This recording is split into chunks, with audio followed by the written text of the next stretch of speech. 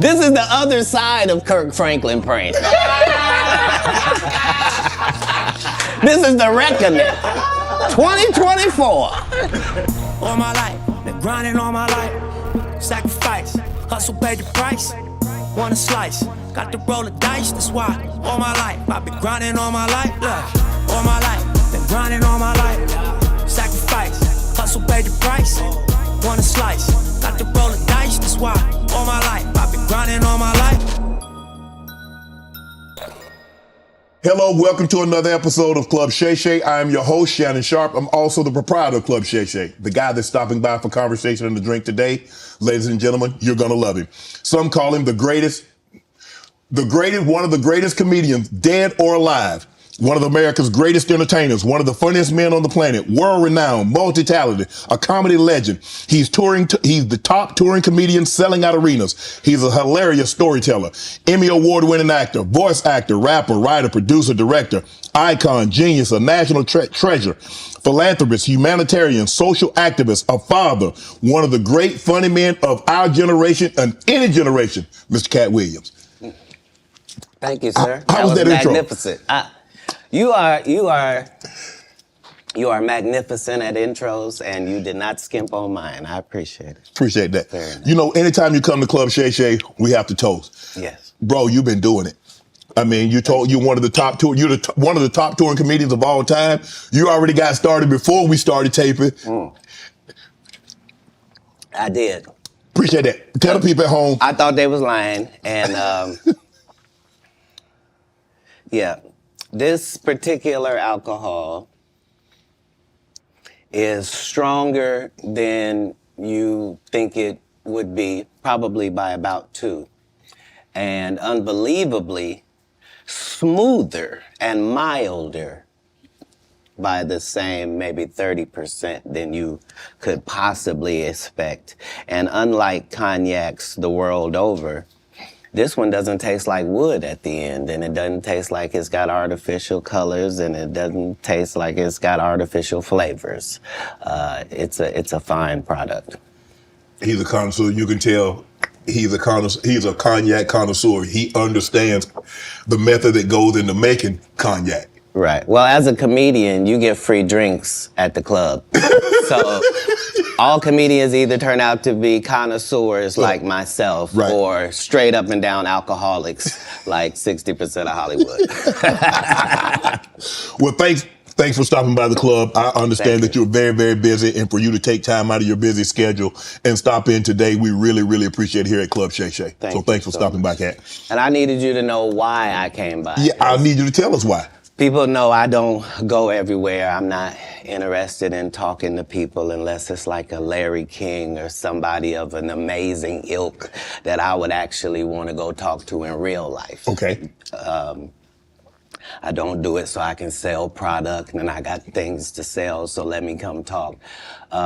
You have a great product here, and as a fan base, we love the attention that you spend on the guest. We love how much work you've done, how well you know them, how prepared you are. The same things that we liked about you in football. You brought that on over to here, and that's why it resonates. And the reason I had to come is because you've made a safe place for the truth to be told.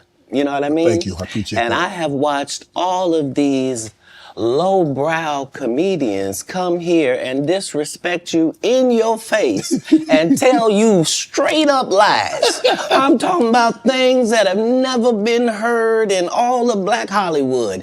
They feel comfortable sitting here lying to you about it. You gonna set the record straight? Are you kidding me? You let Ricky Smiley sit here and you said out that mouth, you stole Friday After Next, the one I was in. I wish all of America fumbled a bit when that happened. And then he said some stuff that we haven't heard in 100 years in Hollywood. You ain't say nothing. This man told you he had Katt Williams' role. He was gonna be Money Mike.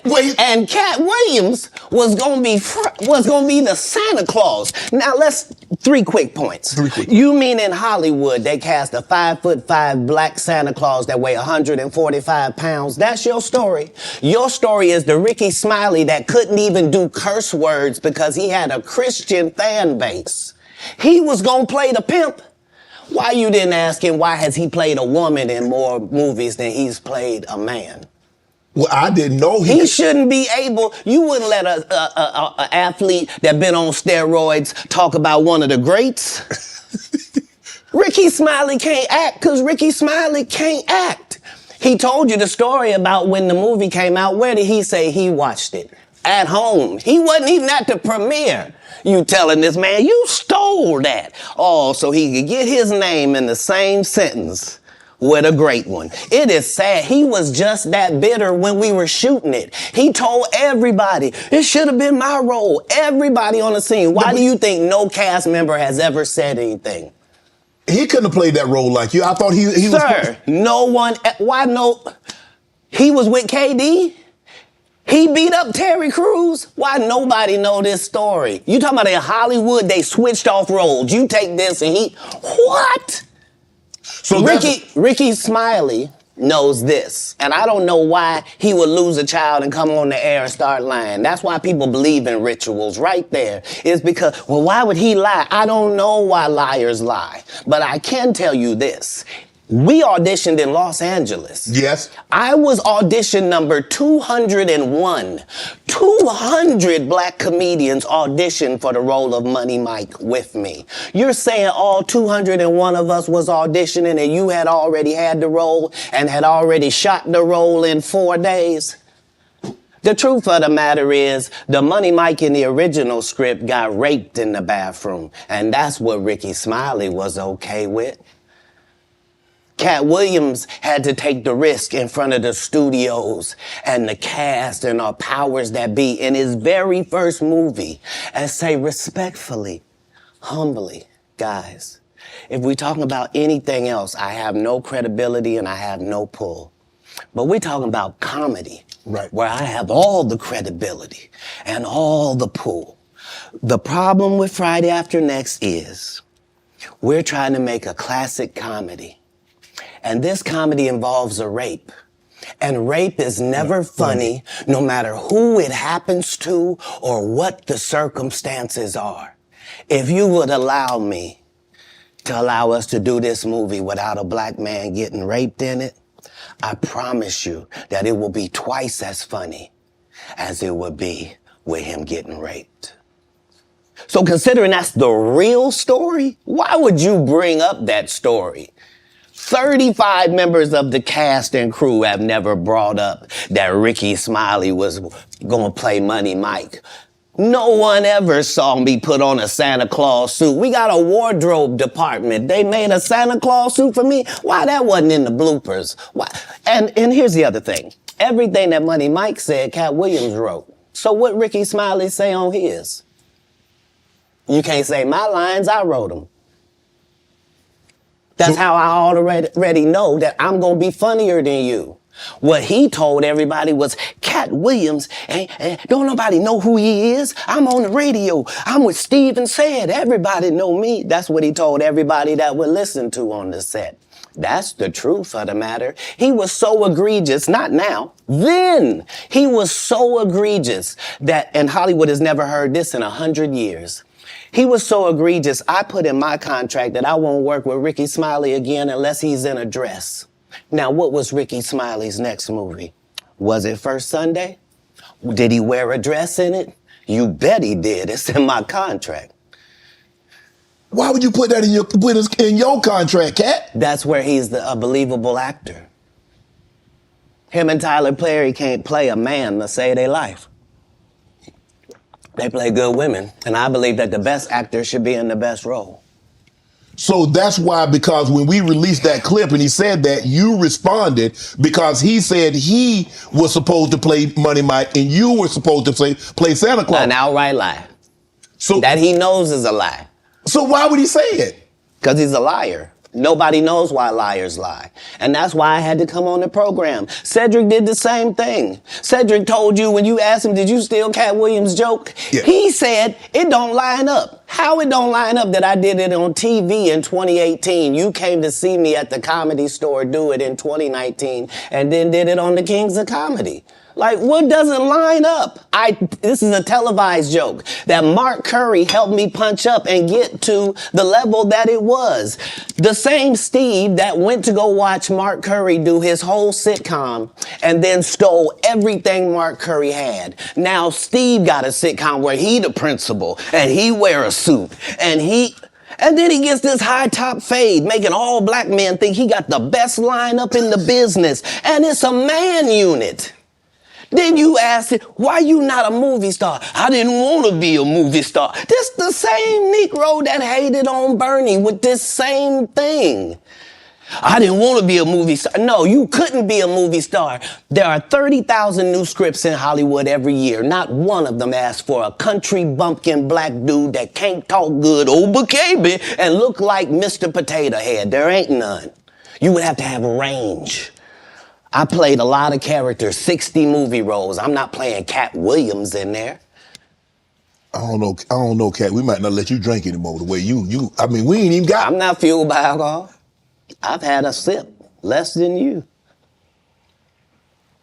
The truth don't need motivation. I'm just saying I can't let these dudes lie. Cedric's sitting here telling you why he ain't a movie star. He over here look like a walrus. You didn't say nothing. He can't even get his arms off his stomach sitting over here. Why I'm not a movie star. What? It's a situation. He never wrote anything. Remember, when Cedric the Entertainer starts, he's supposed to be singing, dancing, and telling jokes. That's why he's called the Entertainer. Right. We found out he can't sing, can't dance, and doesn't write jokes. He did 4 comedy specials. They're so bad, Shannon, they're not available on Netflix or Tubi. Can I say that again for the audience? They're so bad that they're not available on Netflix or Tubi. You don't think Sam's a good comedian? The world doesn't think that, sir. I have 12 comedy specials. He has 4 specials that are not available on Netflix or Tubi. It seems to me, Cat, that you had a lot to get off your chest. No. You wanted to set the record straight. Winners are not allowed to allow losers to rewrite history. I don't say any of these things if my name is not breached by these people on your platform. If you give a liar a platform to lie, then I'm not being messy by saying, hold on, that never happened, it's untrue, and there are hundreds of witnesses for each thing I'm saying. So let me ask you this. What is your relationship with Steve Harvey, Ricky Smiley, and Cedric the Entertainer as you sit here currently? For 30 years, they're a group. These aren't 3 random guys. The way that Ricky Smiley kept appearing at all of my auditions is because of Steven said he would tell anybody that, listen, they got a gang on that side. They know what it is. They know who the gang is. Why Earthquake not in movies? 'Cause he's illiterate. He can't read. And they found that out when they gave him a show and put the cards in front of him. Like, all of these dudes are co-entwined and they share secrets. And this is the age of truth. And the truth doesn't need to be scared of the fact that people tell lies. Cats on drugs. Where are the stories? Why is there no story of anybody who ever sold a drug to me, did a drug with me, was around me when I was inebriated? I got 5 daughters. I got 5 sons. Why would we tell these ridiculous stories? Because it's competition. You feel like, well, why comedy guys can't just get along? Yes. Why didn't you get along with the other teams you were competing against? If you're a Denver Bronco, why you don't get along with the Cowboys? Something wrong with you? But I don't disagree. I don't dislike all the Cowboys. Cat, damn, you like this? No, that's not. Okay, what comedians do you like? Did you play against the team? Yes. I've taken 46 comedians with me on the road. 46. Okay. I'm not the comedian you can give that to. I only put on comedians that are funnier than me. Anybody that ever told you differently was a fat Faison liar. There's nobody like me in the business. Faison just caught a stray.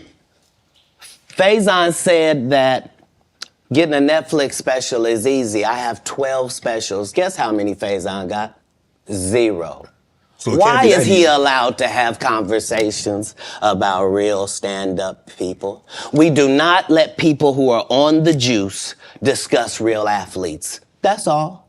As a journalist. That's all. That's all I'm saying. Okay. I don't harbor any resentment to any of these entities because I can't be jealous. I've never seen them have anything that I ever wanted. If you sign up for their program, you get a light-skinned, weird-faced wife that never do an interview. Oh, man, come on. Listen, in 20 years, won't do an interview. Nobody's ever talked to her, and she's never been interviewed anywhere. And now, understand, I'm not talking about one person. What I just told you applies to 7 people. How they all end up with that. That's part of what you get. I came in this business saying I was going to expose. When I talked about Michael Jackson, when I talked about R. Kelly, they canceled me for these things because why would you talk about another black dude? Race is not where the line is drawn. It's God's side and the other side. And we don't care nothing about the other side. Period. All of these big dick deviants is all catching hell in 2024. It's up for all of them. It don't matter if you Diddy or whoever you is. TG Jakes, any of them. All lies will be exposed. That's all. And anyone who takes that the wrong way, know why they take it the wrong way. The truth is the light. I need to have another one of these. Amen, amen. Shit. I kind of get one here. Right. After that, I don't really kind of know where to go. Let me one more time. Right. We good now? Because the people want to know, well, why would he get blackballed? Yeah, Oh, I was gonna ask you that. because in 30 years, I've done nothing but collect information, knowledge, and your secrets. So if you and a man was in a corner doing something you wasn't supposed to be doing, You will tell it. no, somebody come to tell me. Okay. I gather that. I value that. I'll pay for that. Come, tell me. I know so many things I shouldn't know, and they all know it.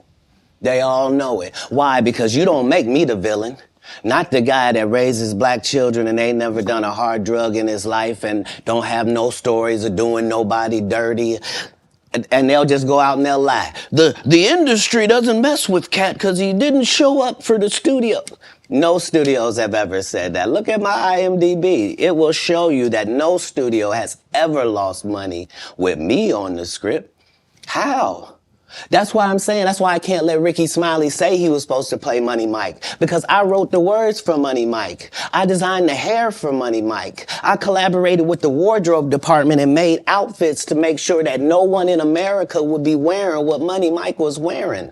I told them to go get the Prowler. I then told them to paint it purple. I told them don't have an actor playing a pimp. We could get an actual pimp, Archbishop Magic Don Juan, to play. Like, I did far too much work for somebody to come years later and try to tag along just for their own self-aggrandizement. Why didn't Cube set the record straight? Terry Crews could have set the record straight. Mike Epps could have set the record straight. Why none of them set the record straight? That's what you were supposed to ask him when he told you those lies that But I no didn't one's know it ever was a heard. lie. Right, but he's telling you something no one's ever heard of. Nobody has ever heard, Ben Affleck and Matt Damon was in a movie and somebody said, y'all should switch roles.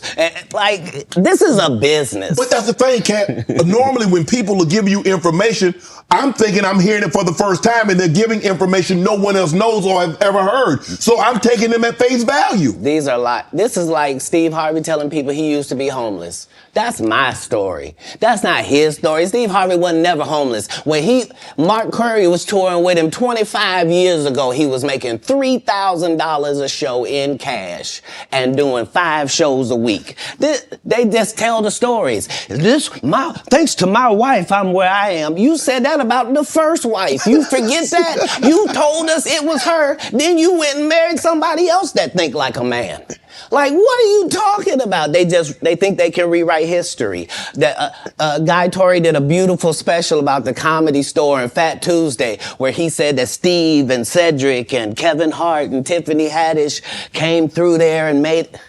All lies. Steve and Cedric never performed at the Comedy Store at all. Tiffany was only seen at the Laugh Factory. In 15 years in Hollywood, no one in Hollywood has a memory of going to a sold-out Kevin Hart show, there being a line for him ever getting a standing ovation at any comedy club. He already had his deals when he got here. Have we heard of a comedian that came to LA and in his first year in LA, he had his own sitcom on network television and had his own movie called Soul Plane that he was leading? No, we've never heard of that before that person or since that person. What do you think a plant is? Maybe people don't understand the definitions of these words. He just did his documentary with Chris Rock where he shows you that his whole upbringing in comedy was on the East Coast. Yeah, it was. So how simultaneously was he here in Los Angeles doing the same thing? It didn't happen. It didn't happen. And I hate to seem like a petty individual for picking apart lies, but Jussie Smollett gonna keep lying until you say we don't believe you. Like, it's important in the checks and balances of the universe that liars not get to make complete narratives for themselves. Are you not afraid about being blackballed again? These are some power people. What do you mean again? These people are not powerful. Satan can't create anything. That includes blessings for his people. That's why, do you know what the number one job of somebody that sold their soul in Hollywood is? What? Is to act like it didn't happen. They all do the same job. Why do you think Gary Owen can't cross over and he already white and been in comedy for 25 years? If what I say ain't the case. It's a cabal. It's a consortium. They rock with who they rock with and they don't with who they don't. But I'm not scared of being the competition any more than you were when you lined up across from a superior team. Yeah, on paper, they're a better team. Right. They have all the assets and resources and we don't.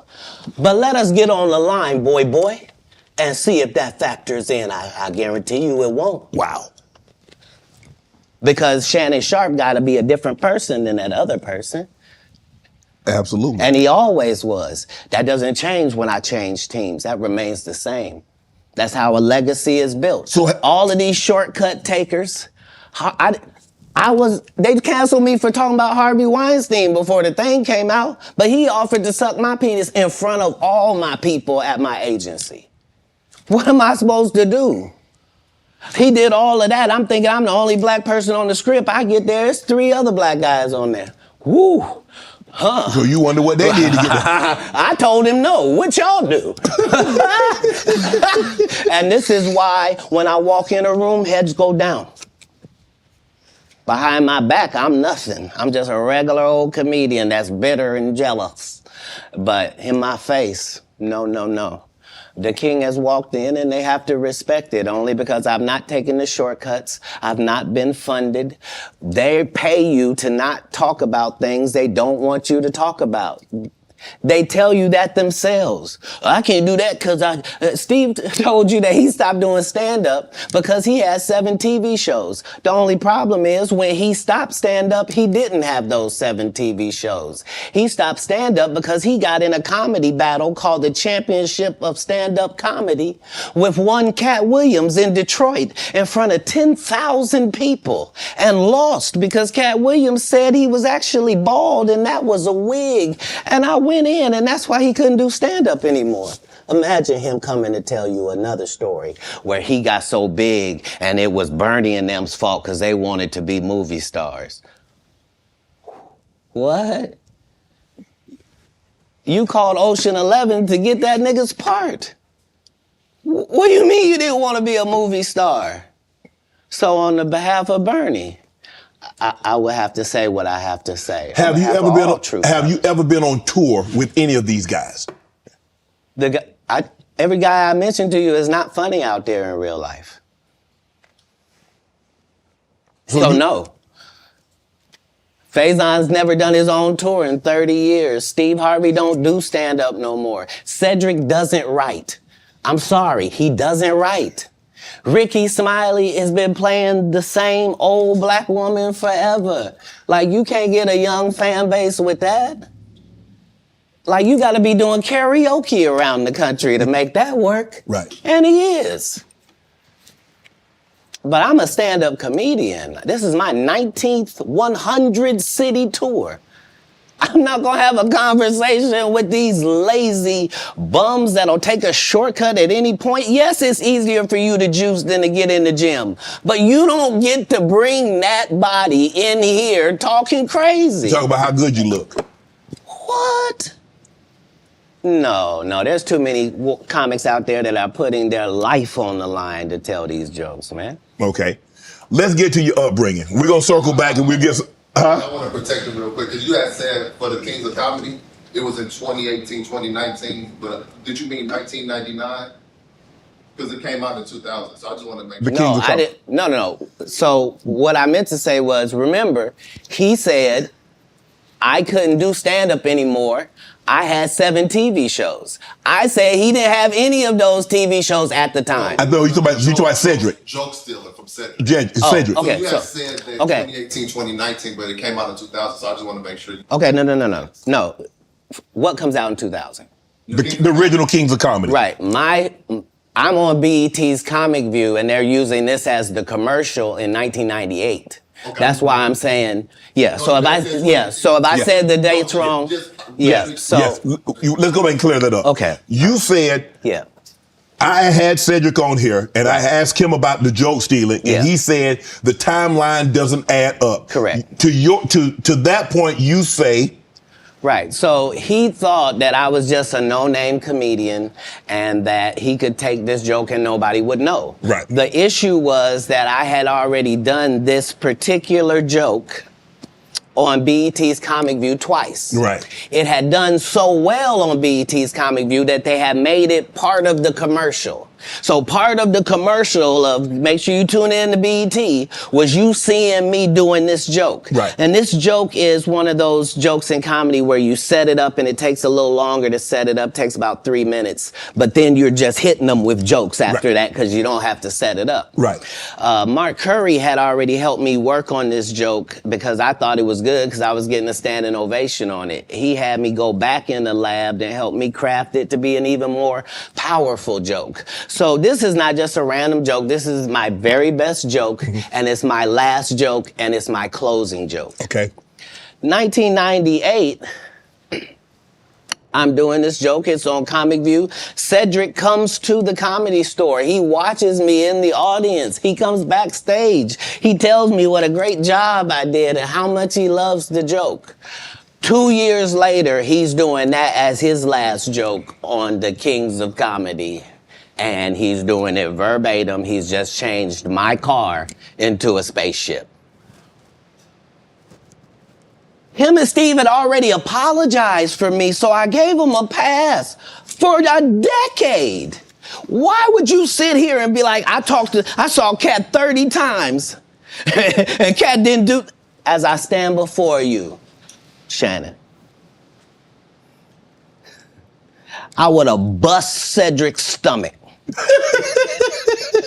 There was nothing that would have kept me from one of these in that patch right there. Like, are you kidding me? Why would you downplay me like that? Why did I give you a pass if you were just gonna lie? And so that's what I'm saying. Like, they're all a group. Cedric, Steve, Ricky, they've been a group. Everybody knows that. They've been aligned. And there are these alliances in comedy. And if you stand against them, then they sometimes have a problem. But we don't let that change the content because that's all you know me for, is that I'm quite likely to tell the whole truth and nothing but the truth, so help me God. Can you believe we're this deep into the NFL season? We got to make every second count. With DraftKings Sportsbook, you can make the most out of every game day. Bet on your favorite teams for a shot at winning big bucks. New customers can score $150 instantly in bonus bets for betting $5 on any matchup. Get in on the action with DraftKings Sportsbook, an official sports betting partner of the NFL. Download the app now Use code Shannon. New customers can score $150 instantly in bonus bets for betting just $5 on the NFL. Only on DraftKings Sportsbook with code Shannon. The crown is yours. Let's get to your upbringing. Born in Cincinnati, Ohio, raised in Dayton, Ohio. What was Katt Williams' upbringing like? Your parents were Jehovah's Witness. You were a prodigy. You were brilliant. You talked to me that you got accepted to college at 7 years of age. You could read fluently at 3 years of age. So having that kind of knowledge, having that kind of prodigy, what was your upbringing? How was it? How was life as Katt Williams Crunk coming up?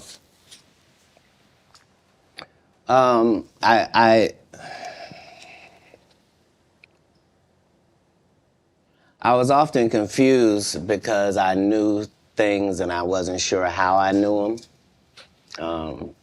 I knew things that I felt like I don't have a reason that I know this, but I love to read. I was voracious because they told me when I was young that knowledge was powerful.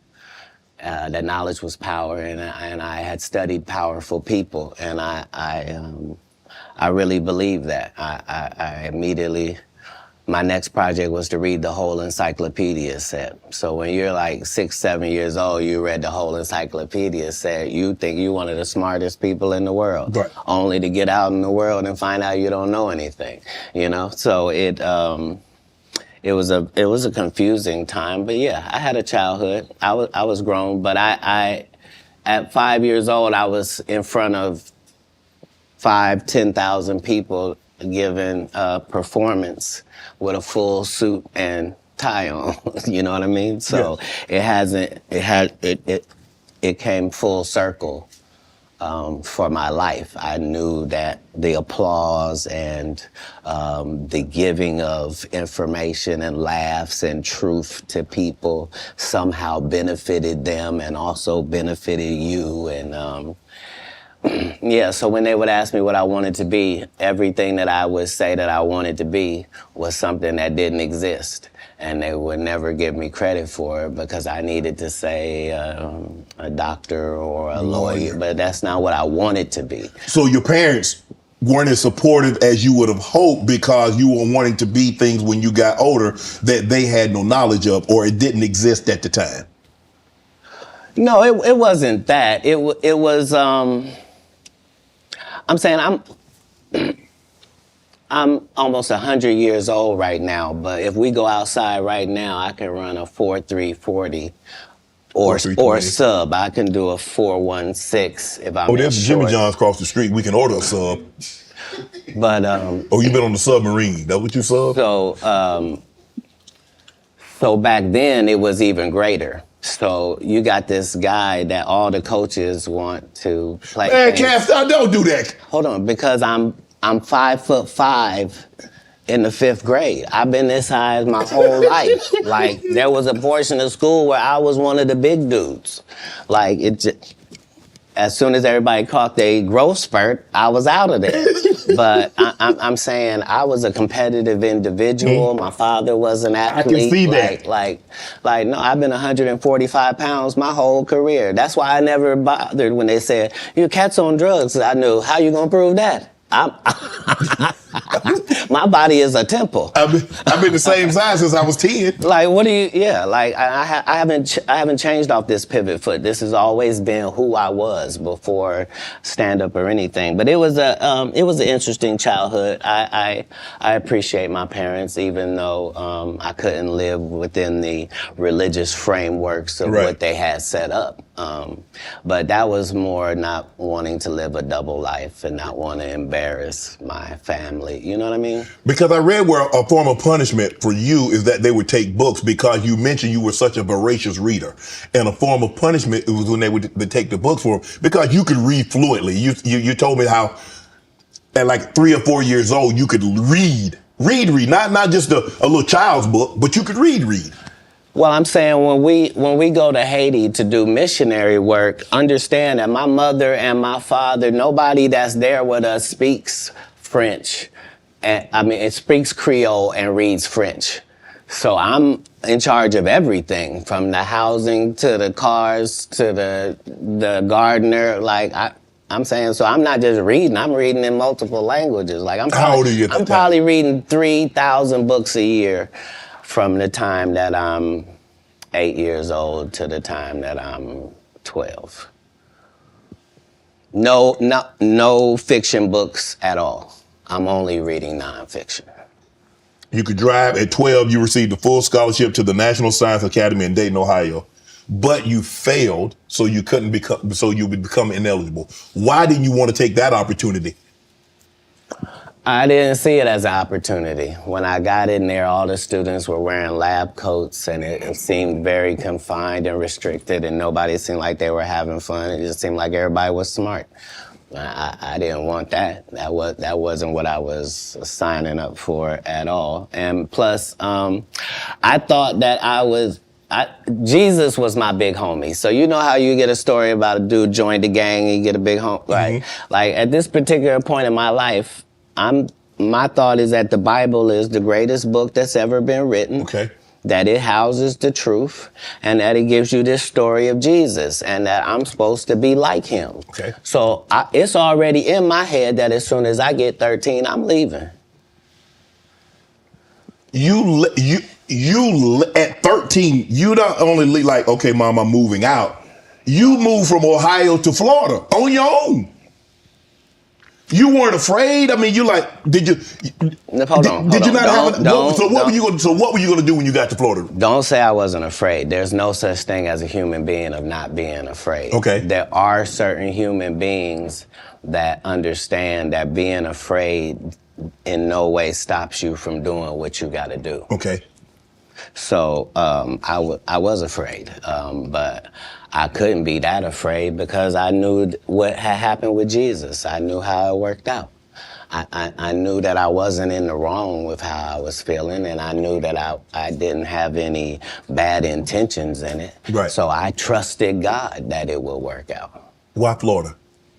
Because if you're raised in Ohio, the one thing on your list is, I'm gonna get away from snow, and I'm gonna get as far. I want to go. Tell me the place. I literally went to a truck stop and I asked all the truck drivers where they was going, and there was one guy going to California and there was one guy going to Florida, and they told me how long it was gonna take, and so that's why I ended up in Miami, because. How'd you get there? You caught a bus? No, I just told you. I was at the truck stop. So you hitchhiked? I didn't hitchhike. I got in the back of the dude's 18-wheeler, me and my Rottweiler puppy and my suitcase. Yeah, because I probably had $2,500 on me, like I was shoveling snow and cutting grass. Like I always had pockets full of money. When did you make the decision that you were going to leave Ohio and go somewhere? And it ended up being Florida. But when did you know that you were leaving Dayton, Ohio, going to Florida? In my father and I's last interaction, somebody could have not made it. And we both understood that was all bad. What was the disagreement about? If you say that my family is very religious, just say I'm not. So anything that I'm going to do is going to fall out of the guidelines. Right. But I'm not going to let you tell me what I'm going to be, especially if what you're saying is wrong. I can't condone wrong. And if I find out that something is wrong and I tell you it's wrong and you don't back me, that's what it is. Even as a young child, you were willing to tell your parents that some of the things that you're saying doesn't coincide with what I've been reading in the Bible. No, very simply. Don't try to disfellowship me for sexual acts and I'm a virgin. Sorry, God don't make mistakes. You don't get 2 times to fuck me over. What do you mean you went to God and he told you I was guilty? You just lied on God. So long. That's it. There's no conversation. Deuces. That's what it was. That's when you made the decision. After Yes. that conversation right there, you say, "No, I can't live under this roof." It wasn't a conversation. It was an altercation. In the altercation, I love my father. My father loved me. But we are 2 men at it. It'll never be the same again. You can't sleep comfortably around me. And I can't sleep comfortably around you. How similar are you to your father? I don't know. He's a great man. I'm saying, Because it seems like y'all butted heads. Right, but I'm saying that generally happens with a father-son dynamic. It was just that religious relationships are always difficult in families. They always are. Before it got to the point, because the dynamic, he's father, you're son. Before that dynamic and you step up on his level and you challenge him, you felt it was best for you to leave. No. I'm not being challenged. I'm being beat to death. Oh, he was abusive. I didn't say that.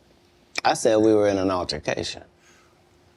I see what you did there. I saw what you did there, Cat.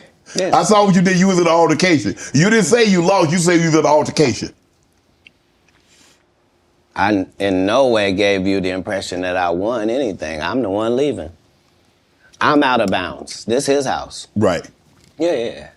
So as long as I'm going to be under his roof, there are certain things that I'm going to have to do. Right. And the only way that's going to change is either this or that.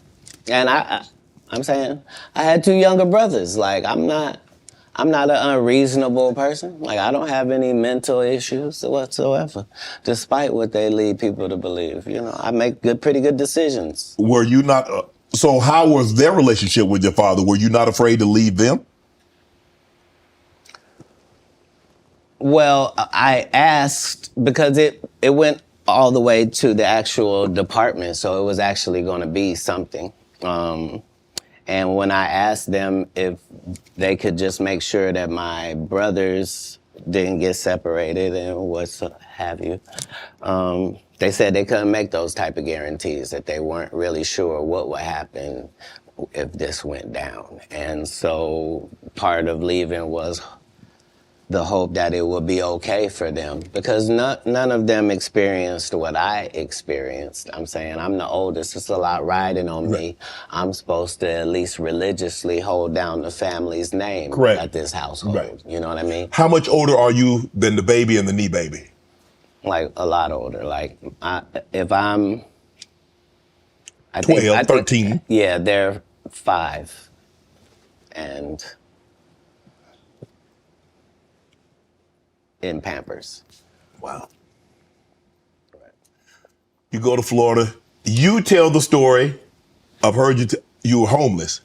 And somebody else told the story, said they were homeless, and you said they hijacked your story. Now, I don't. At 13, I shouldn't have to tell you I'm homeless. I'm in Miami, Florida. I have no family members in Florida. I couldn't buy a house if I wanted to. I couldn't get an apartment if I wanted to. I don't have a credit history. Like, this is not a stretch for me to say that I'm homeless. I'm living in a park in Coconut Grove. The park still exists to this day. For 8 hours a day, I would get up and go to the library and study for 8 hours a day to increase my education. And then I would leave out of there and go to the marina and steal car radios and make $2,000 almost daily.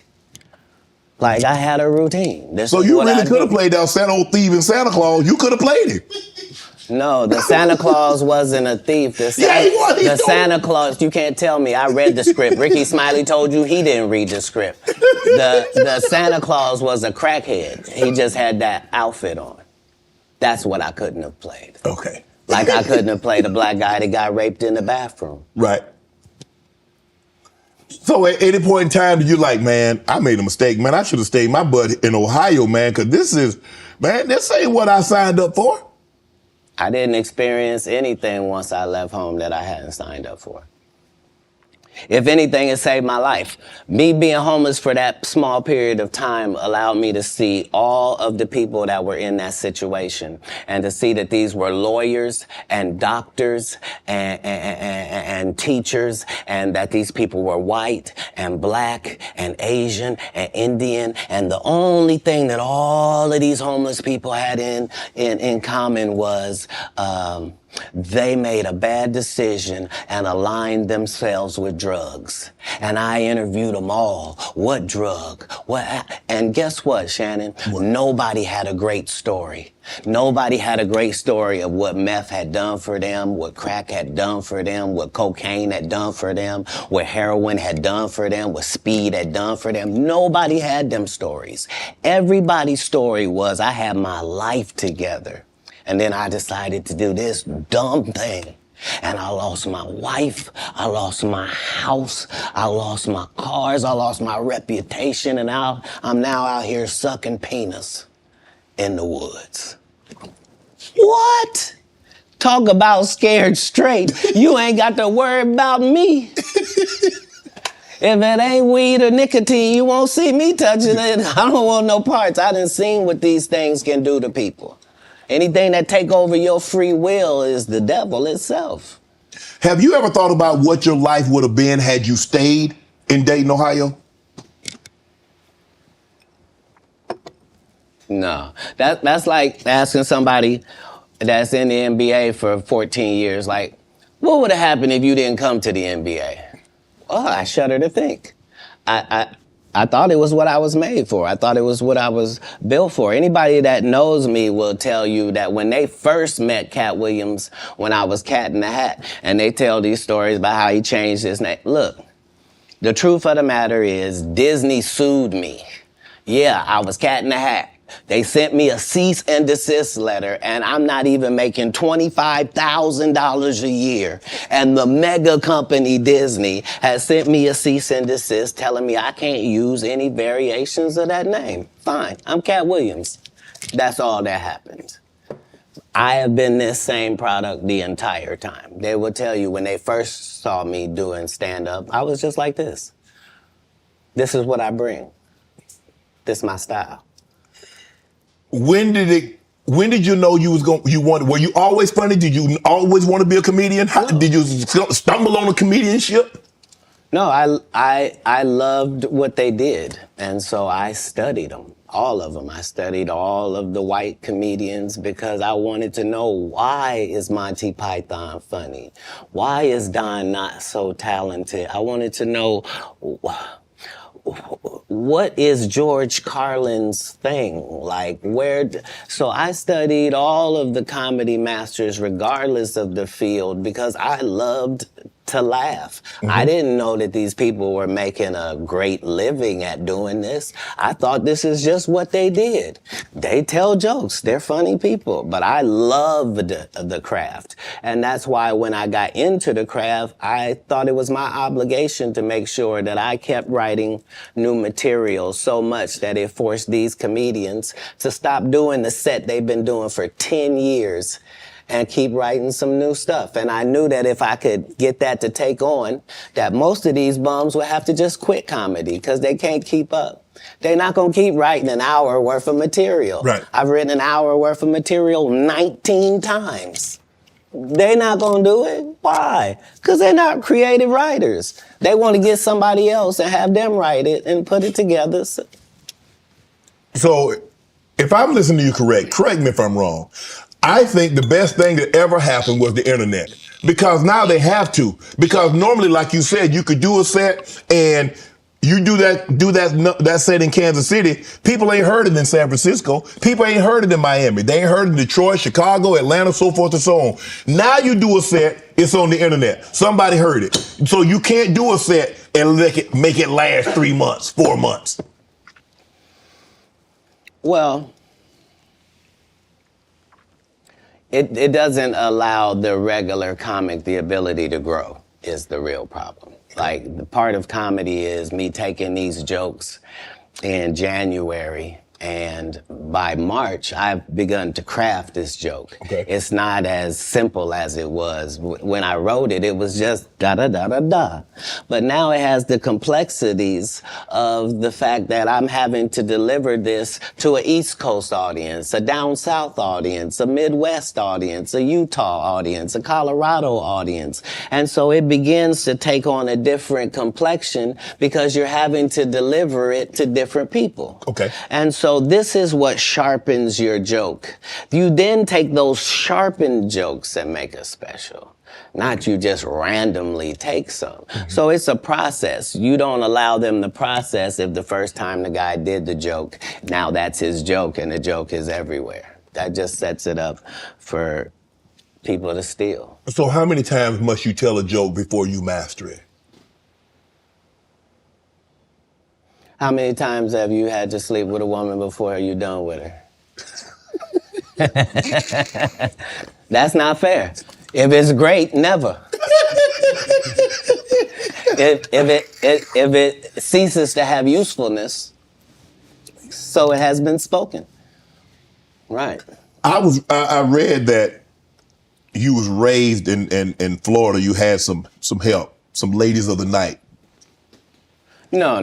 That's not true. No, that whole story doesn't take place in Florida. That story takes place in Oklahoma City. Okay. So after I'm in Florida, I then join, I try to join the Marine Corps and they won't accept me because I'm too young and I've lied and told them I'm 16 and my family's moving down and I don't have my ID, but it's coming.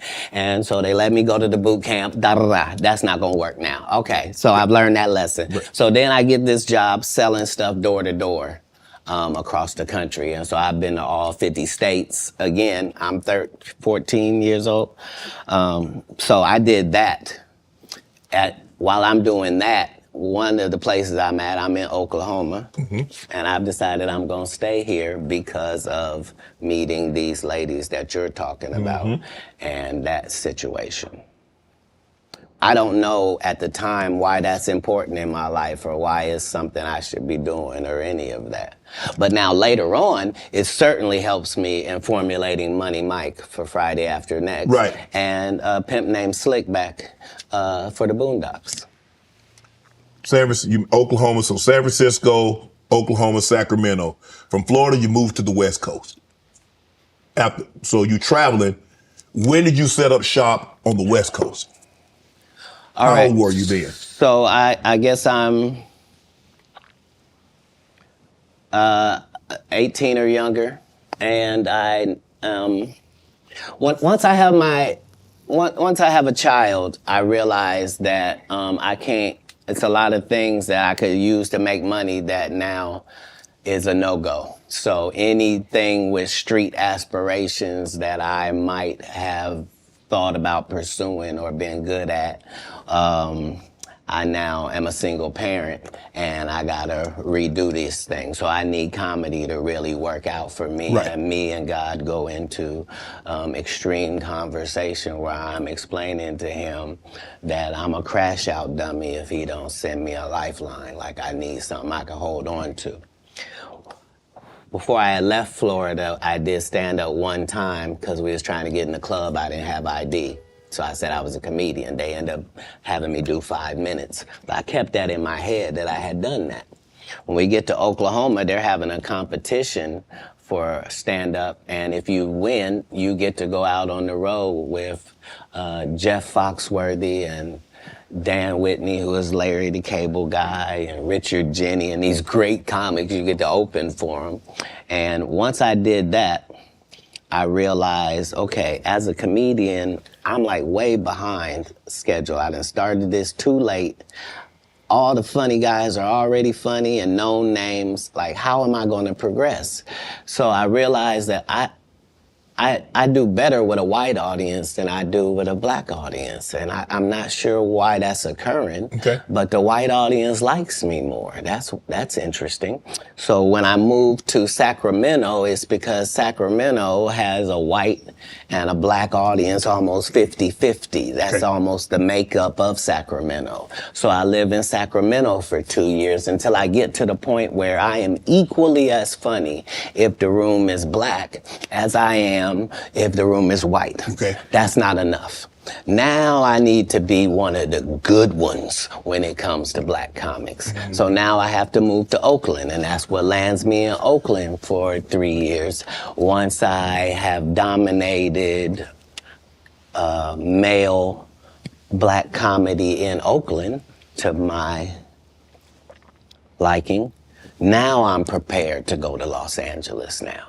Now I know you can't throw me any curveballs. If it's a white audience, if it's a black audience, no matter what they are, I'm prepared to deal with all of the audiences.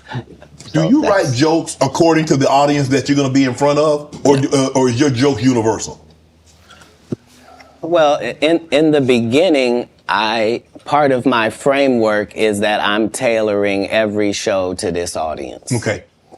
And that's how I was able to show my range and show that I was better than my competitors, is that I'm Katt Williams, but I was still doing clean comedy. So I was still going to churches and doing 45 minutes of stand-up at the church with no curse words, no sex, drug material, no none of that, just straight stand-up. And then I was doing everything else. And at the regular club. Yeah, that was the range, is that when in Rome, do as the Romans do. So that's how I started. But as you begin to get better, you begin to be able to speak to your entire fan base. And that's really what's been helpful, is that I've been having the same conversation with my fan base for 12 comedy specials.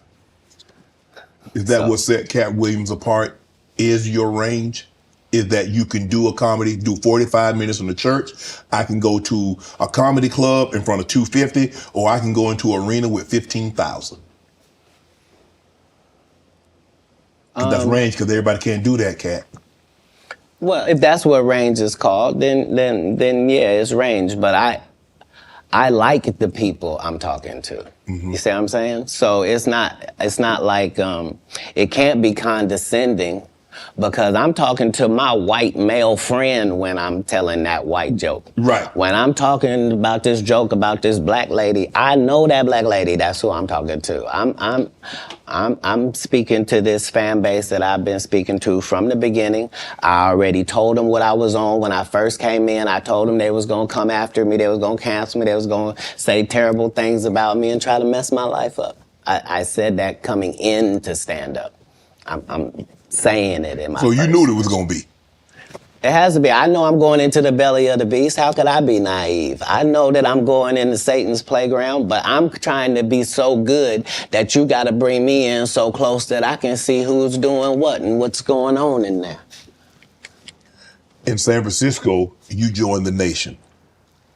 I was never in San Francisco. I was in Oakland. You was in Oakland. Did you join the Nation? Is that?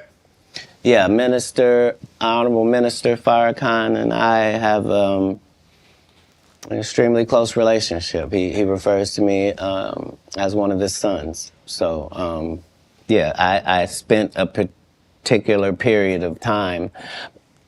Let me explain. Yes. Because my particular background was already religious and super strict, right? I didn't find out about other religions by reading about them. I went to their religion. I don't want to learn from Jewish people from outside. I want to be in a synagogue. I don't want to learn about Muslim people I want to be in a mosque. I don't want to hear about the Baptist or the Pentecostal. I want to go to their church and see. And so that was the religious discovery that I was on through that period in my life. When did you know you were funny? Probably about 10 years ago. 10 years ago? Yeah, about 10 years ago. So you didn't think as a child, because obviously you said the very structured background, your family was very religious. So obviously you didn't get an opportunity. I never did a talent show. I was never in any extracurricular activities. I was never in drama. I was never in band camp. I was never a Boy Scout. And you didn't stay in school long enough to get funny because you dropped. You understand. You understand. So there was no, I don't tolerate high school games. I didn't go to high school. I don't know how most of the games they think I play, I'm not even aware of them. But Katt, for you to get on stage, and like I said, a lot of people, like a lot of comedians, I had a few here, they're like, okay, I told jokes to get girls, I told jokes to, get people to laugh at someone else. Yeah. But you is like, you say you did comedy one time in Florida. Yeah. And you had this other opportunity, like in Oklahoma, that they were going to take you out if you won the talent show. You was going to go on the road with these well-known comedians. And I did. But I'm just saying, how in Florida at 13, 14 years of age, you like 16, I can do that. Well, because I knew that there were a lot of other things I could do. Like when I looked at drug dealers, I thought I could do that. Yeah. You But see what I'm that's saying? easy. So right. And who doesn't like that? Right. Huh? Yeah. I'm trying to figure out how I'm gonna make it.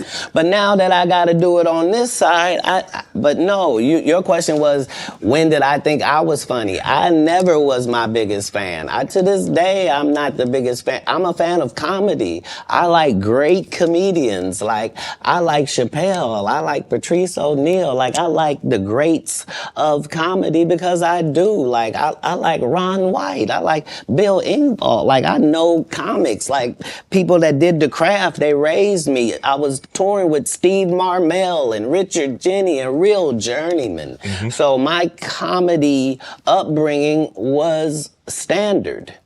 I thought you had to work all night, every night, all around the country, and you had to write jokes, and that you were trying to write jokes that other people weren't writing, and that your job was to be funnier. Like, people that know me will tell you I've been on this. Like, I had a list of all the black comedians that were more famous than me. There was 300 of them on the list, and I had to be able to cross them all out before I could make it to the next level, before I felt like I was funny enough to do that. And so I appreciate what competition does for sports and for my particular sport. And comedy is a sport. What gave you the confidence that you could get on stage? You remember I was 5 years old on stage. Okay. So performing in front of people was no problem. But I was reiterating God's word at that point. Oh. Now, I just have to make sure that the content is good. If the content is good, what part can I not do? I'm a vessel. He's given me these gifts to be able to do certain things. So I just want to utilize them in my craft. That's all. Do you remember your first set? Mm-hmm. How long? 5, 10 minutes?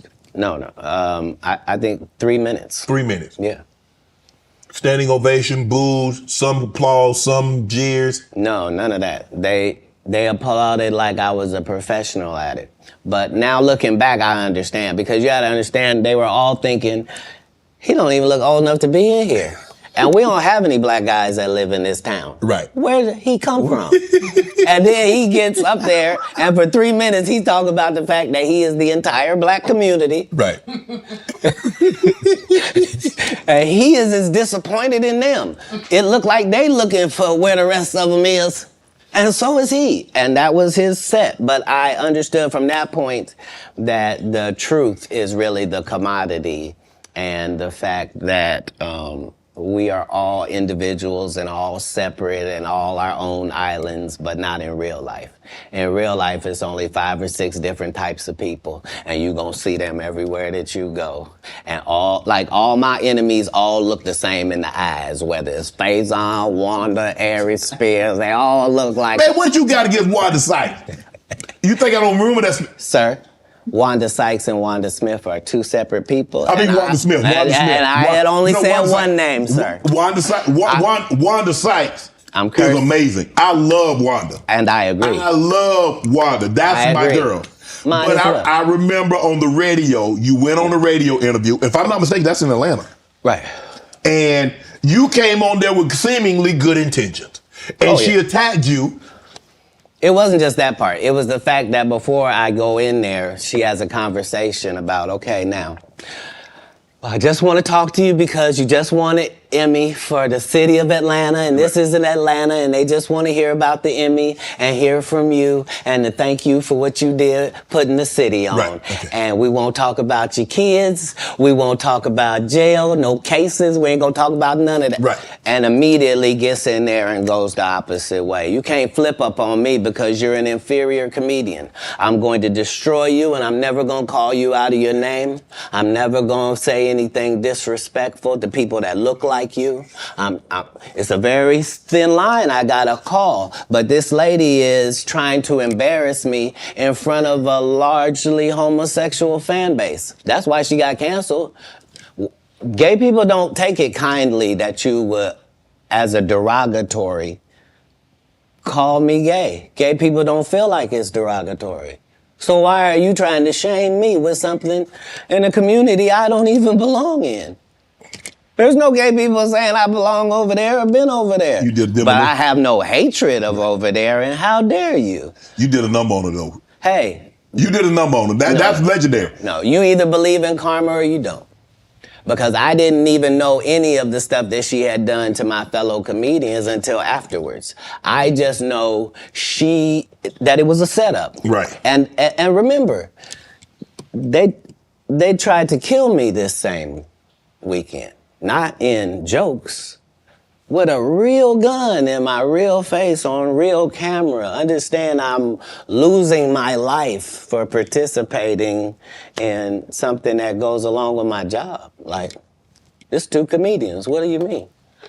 And the world was okay with it because it was me.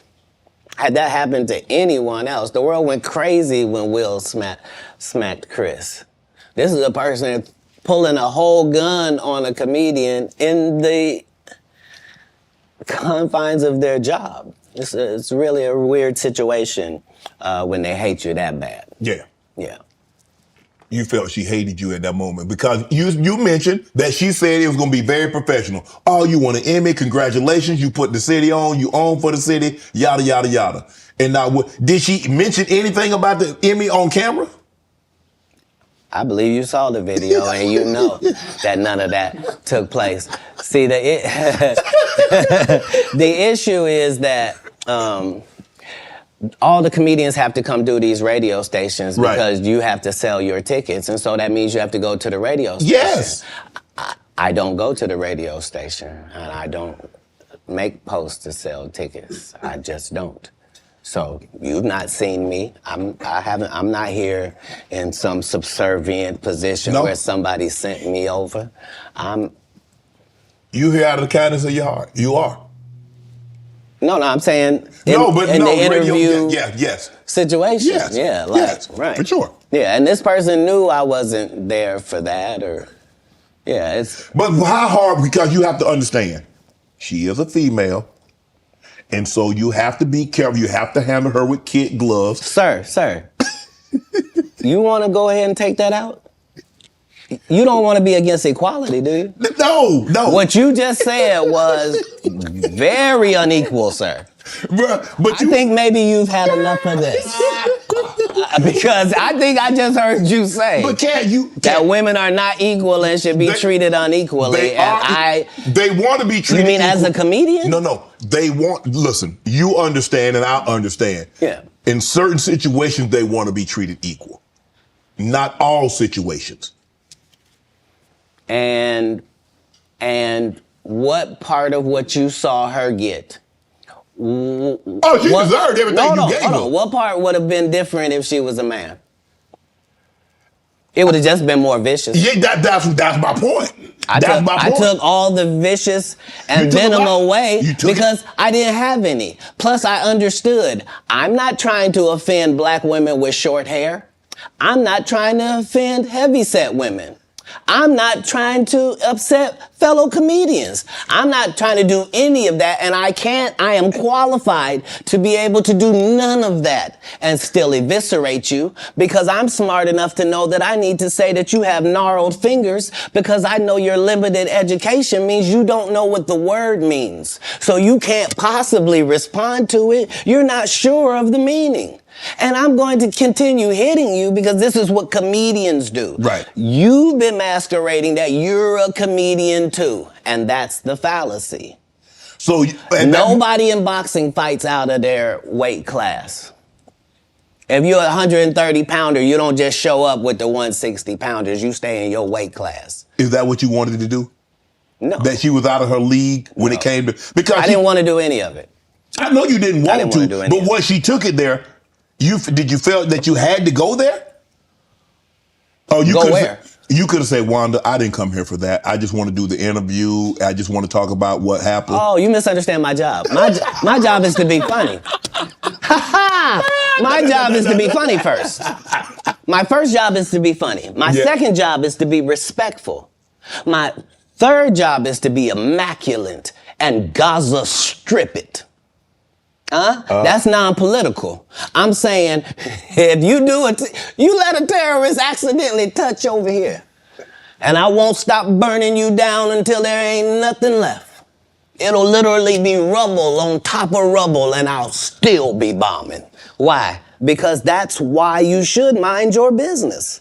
This is what F around and find out is about. Right.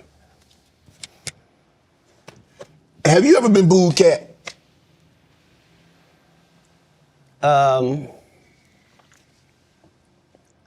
Yes. Yeah. I have.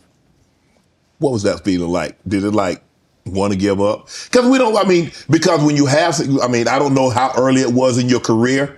Obviously, it hadn't been I don't think it's in the last decade because you've been immaculate. Have you ever dropped a pass? I have. I've been booed too. You know the little segment between everything is fine and I got it, and then you noticing where it is now? Mm-hmm. Yeah, it's that. The thing about as a comedian, the audience's opinion is the only opinion that matters, not you, the writer, not none of that. And so I don't think any comedian has ever been booed unnecessarily either. They deserve it. Oh yeah. I'm saying, what do they say when a guy shoots the air ball in the NBA? They say air ball to make sure everybody knows. But again, he still got to get back on D. Right. Like the game didn't end. He don't get to throw his hands up and sulk. Right. That's supposed to be used as a learning experience. Most comedians don't get booed enough. I mean, this is how you end up with a Michael Blackson who's a real African doing a fake African accent. Okay, this guy is mad at me. All I did was give him the best advice of his life. Remember, he was wearing dirty dashikis. And I told him he needed to dress to be in the position that he's trying to say that he's in. And if you're the African king of comedy, sir, there's actually comedians in Africa doing comedy. If you're going to say that, you got to go to Africa and get a school, dude. Everybody got, you got to put in some work. And these guys, they take my advice, they change their whole persona, and then they hate me for it. And generally, I'm just too big to comment or make a statement about it or do a live or any of that. But when it gets to be a whole grouping of these guys, I gotta come and talk to Shannon. I gotta lay it down at the altar. You know every comedian. This is the other side of Kirk Franklin prank. This is the reckoning. 2024. The reckoning. You watch that. You know every comedian that's been on my show. You watched every episode. No, that's not what you said. You said I know every comedian. You know every comedian. You're limiting me. Oh, you watched every episode because you know things. You know things. That's always where I'm trying to come from, whether it's comedic or otherwise. That's why even if you see me get arrested 10 times in a row on TV, as a fan of mine, you can be like, he finna be right out. Yeah, but they just said he didn't do it. He couldn't have. It's stupid. Why would he do something stupid knowing he got to come back and talk to us? Nah, they respect that every time it happens, I'm going to be free as a bird sitting out here talking to you about it, that it really was what I said it was. That's all. You end up, you come down, you're in L.A. Yeah. Now, I'm reading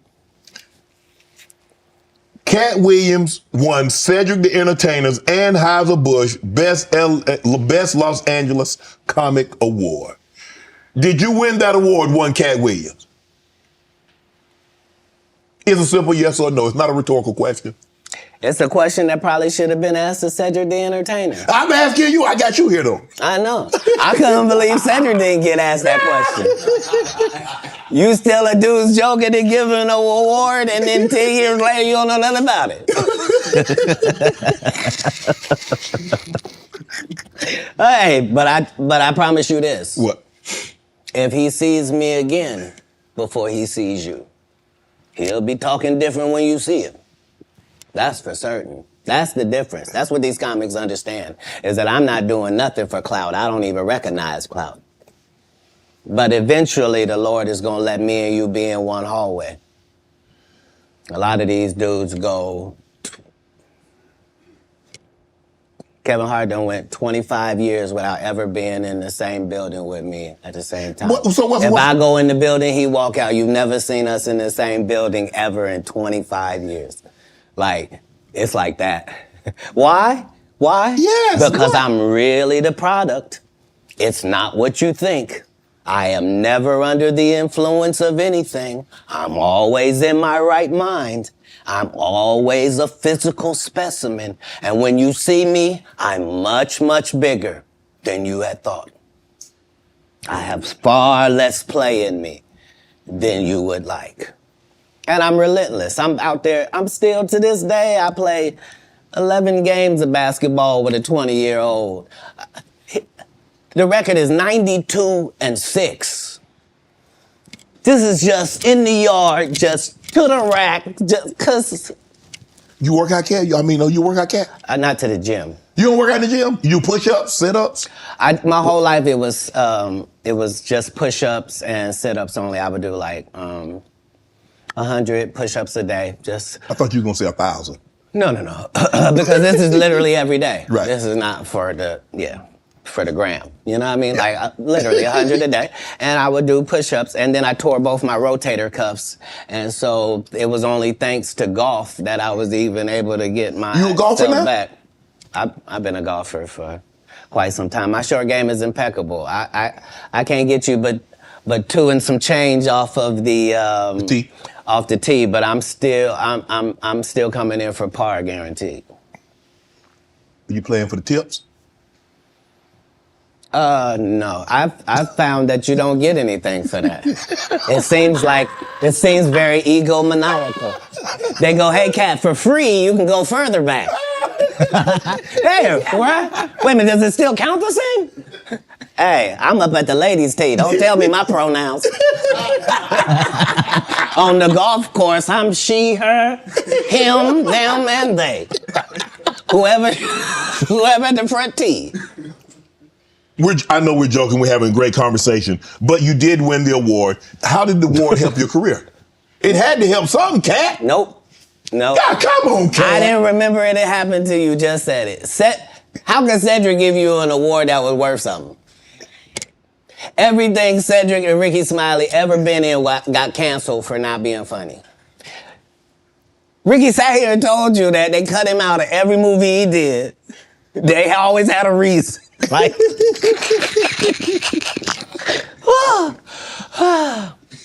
that's why I'm funny, because I'm a happy person. I laugh all day long. I can't even imagine the misery of these bums. Just to not be good at what you do, not work hard at what you do, but have to act like you the best at what you do. It is crazy. It's crazy. But they be touring, they be doing like 100 shows a year. That's me.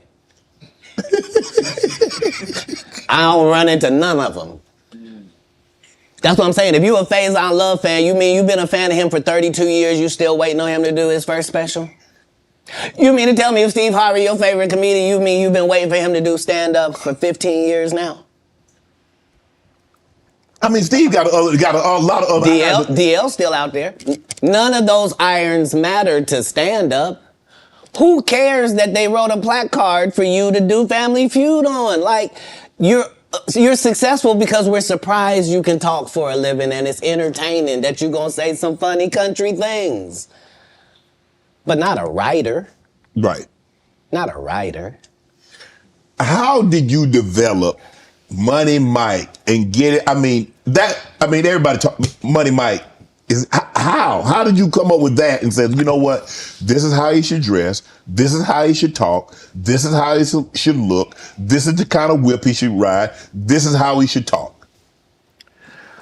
So if you'll remember that was my first movie, just understand that what I did then, I've done with every single role, whether it was an Emmy-winning role or whether it wasn't, whether I was playing somebody homeless, whether I was playing a dirty vagabond on Atlanta, whether it was an eccentric guy in First Sunday, regardless of what the role is, the first thing I do is erase me from it. Okay. So anything that I would naturally do, that's what I'm not going to do because I'm playing a different character. Playing the character, okay. Right.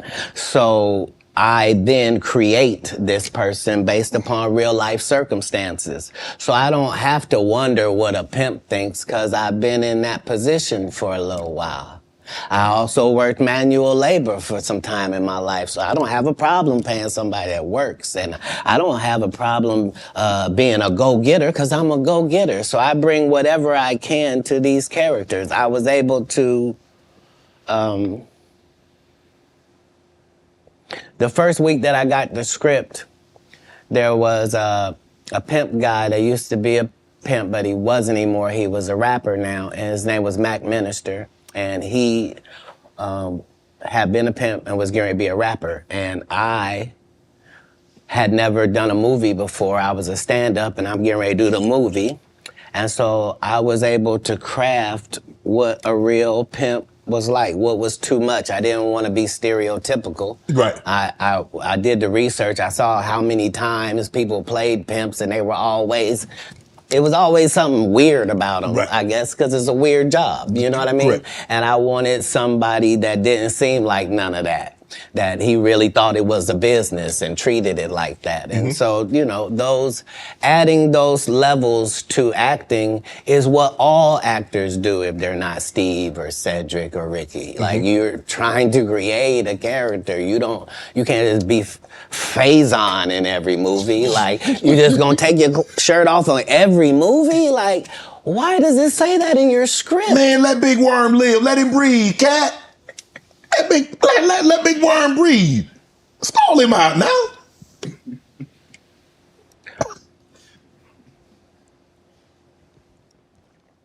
You having an unnatural allegiance to losers is not like you. No, I ain't got no allegiance to the man. But you got to admit the role that he played, Big Perm in Friday now. You got to give him credit for the role now. Come on now.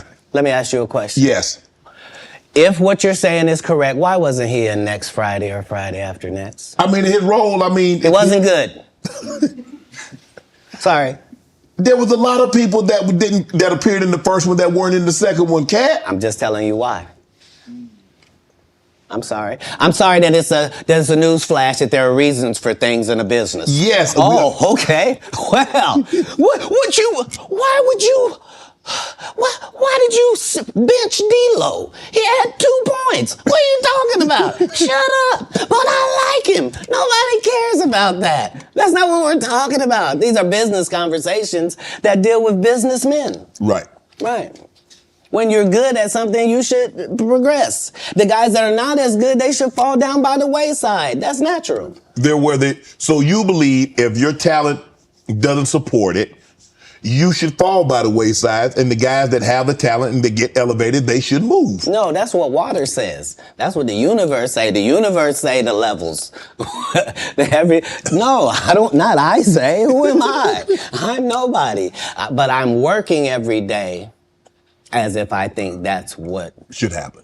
Is how it should be. And I'm choosing comedians that also write and work hard and don't steal other people's material. And I'm making sure that they all make $300,000 a season. And I'm making sure that they're not ever signed to me or my conglomerate. And that's why they're successful. No, you can work with me and still be an independent businessman, boss owner like you came in. Right. I don't need you to be subservient to me. That's those other guys that make you pay dues.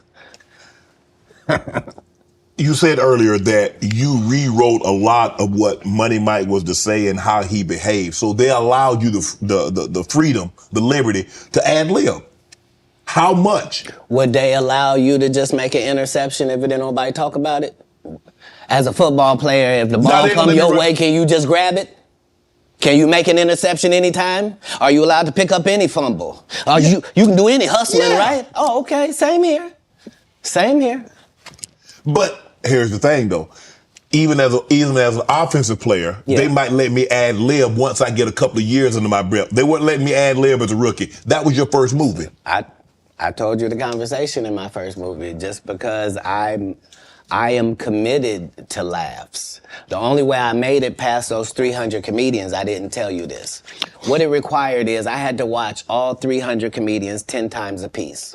I watched your set 10 times of you performing, whoever you were, and then I counted how many laughs you got every time you did these amount of minutes. So if you told me this comedian and told me he did 30 minutes, I could tell you that he got 26 laughs in that 30 minutes because I had done the numbers on everybody. So I didn't just say I was funnier. I knew I was funnier than the comic you liked, and I could tell you how many jokes funnier I was because that's how we judge stand-up. You do 15 minutes, I do 15 minutes. How do I know I'm funnier than you? Because you got 6 laughs and I got 16.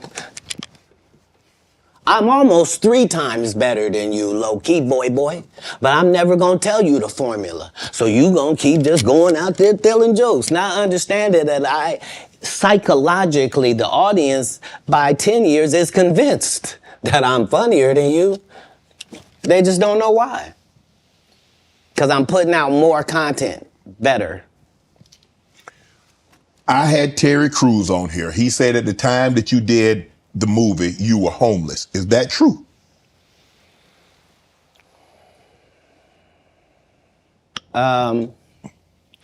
This was my situation. 5 months prior to me getting this first audition for Friday After Next, I got this baby son. I'm holding him up above me. He grabs my little chain. He's playing with it, and he accidentally drops it. It breaks out my front 2 teeth.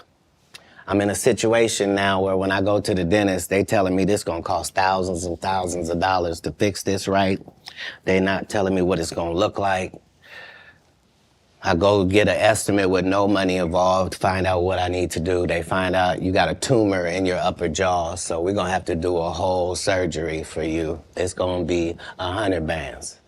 I don't have it. And I'm only gonna have this check from this movie. So while I'm doing this movie, we live in this trailer. This is where we live. So when they come to work at 5 in the morning, we already there. When they leave at night, we still there. We just double back because we understood that this is our one opportunity.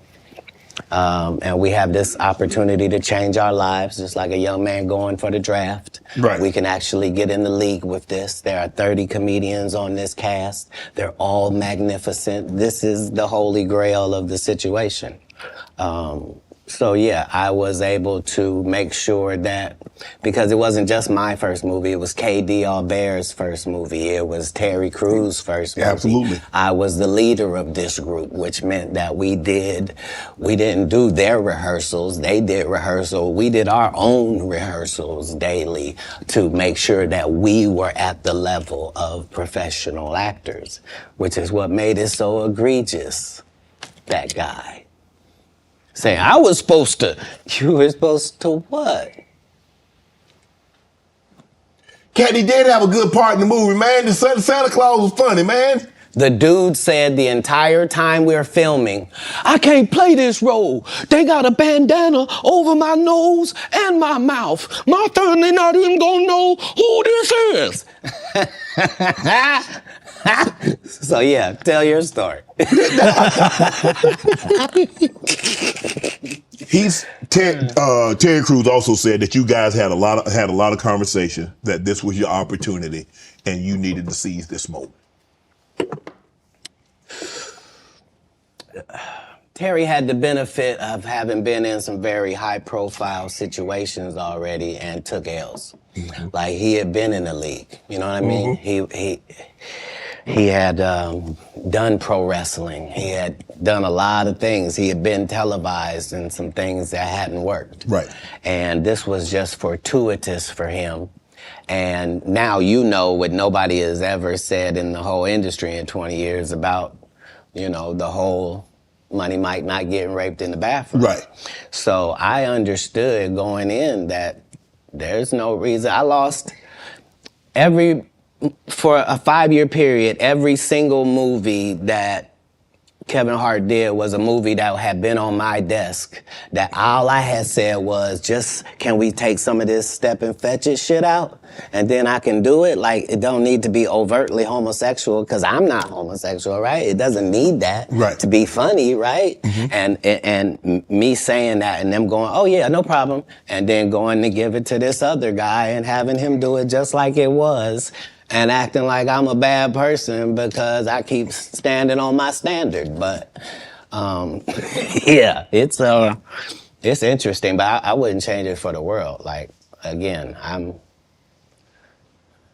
on the winning side of these decisions. Look, I've had Cube, I've talked to Cube, and a lot of people say Cube doesn't pay. What's your relationship with Cube, and what did that opportunity mean for you?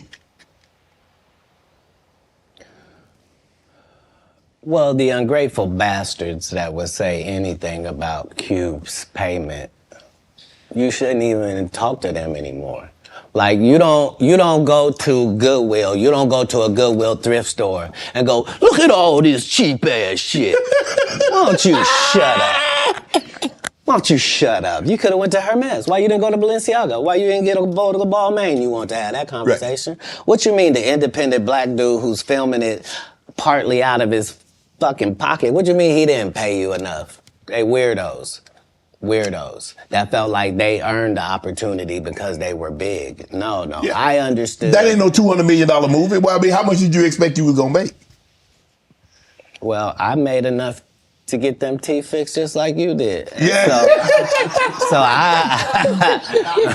it was no harm, no foul. I knew that I was gonna go from there, and there was no turning back for Katt Williams. Okay. Well, here's the thing. I wrote it. What I'm saying if I did it and I did a good job at it, you can thank me. I was involved. Right. I'm not gonna come later on and tell you, I never even read the whole script. So how you know what roles? What? What do you mean you never read the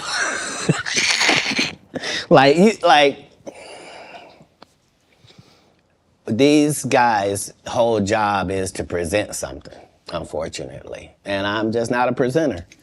If you ask me a question, I'm just going to tell you the truth of how it went. Would you be willing to do another Friday? Cube already asked me to write it. I was supposed to have been writing it. This is what these guys are mad about. Like, we lost some great people before this movie could come out regardless. Right. And so, yes, there desperately needs to be one.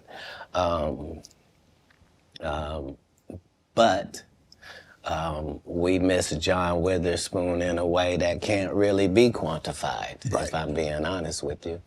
And the Chris Tucker that we got now is Epstein Island Chris Tucker, not Smokey. Oh, Lord. Whew. If I didn't know no better, I'd tell you he's the greatest. I don't care what you say.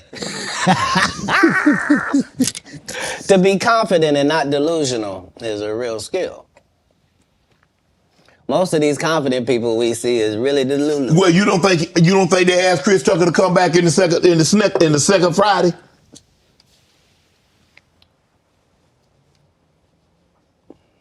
Smokey was all in Smokey. There ain't no Friday without Smokey.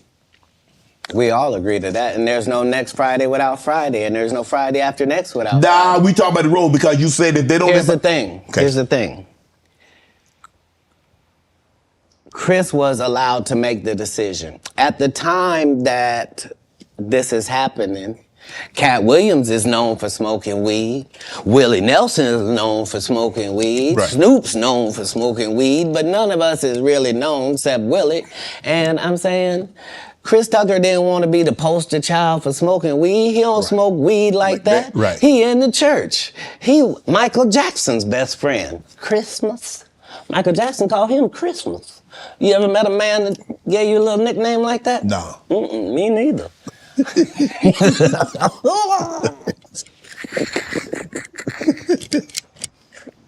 Must be the greatest. Man, I ain't gonna be able to get nobody back. I ain't gonna be able to get no more comedians. They all coming. No, they ain't. Are you kidding? Nah. Hey, I A promise good thing you. I done got all the rest of them. I done got the ones. I promise you, everybody trying to double back. You're gonna be able to beat them off with a stick. You gonna let him? They're coming. Much as. You're on Def Comedy Jam, Comic View. What were those experiences like? What do you remember most about Def Comedy Jam and Comic View? Comic View was everything. Comic View was really the break, and not Friday After Next, just because Comic View was just 3,000 of your stand-up peers, and we just throw sets of all of them up there, and we see who the audience likes. Who do they like? And it was a great wild, wild west time to be involved in comedy. And the same is true for Def Jam, because hip hop was a fad at one time, and hip hop ain't gonna last. And why are you doing that? And that's how it was for blue comedy. If you were a comedian that cussed, you were ridiculed by the mainstream comedy geist. That would be like me being on Joe Rogan. Joe don't want me on there. I need to be on Shannon. Joe got 6 comedians that never been funny. He want to push out. But that's really how it is. I'm so sorry I'm competitive. You an athlete, right? I can tell. You understand. Will there ever be another Comic View, Def Comedy Jam? Could that, in today, in 24, 25, 26, could we see that again? They've already announced it. It's already going. You didn't know?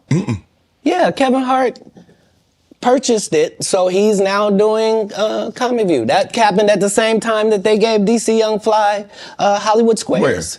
Where? Yeah, because they tell you that there's no gatekeepers, but we keep seeing the same people open the gate. Didn't Kevin open the gate and let Tiffany in? Ain't he now opening it up for... Don't such and such open the gate? What do you mean ain't no gatekeepers? There's 100 gates out here. Would you? Everyone I've seen got a keeper. Would you have wanted to do Comic View or Def Comedy Jam? Would you have wanted to be? I think we just mentioned I did them both. No, I'm saying purchase the rights and refranchise it. Nope. They didn't offer it to me anyway. Like, Comic View did a couple of disservices to comedy as well. So there were people like me that were out there getting 2 and 3 standing ovations in one set.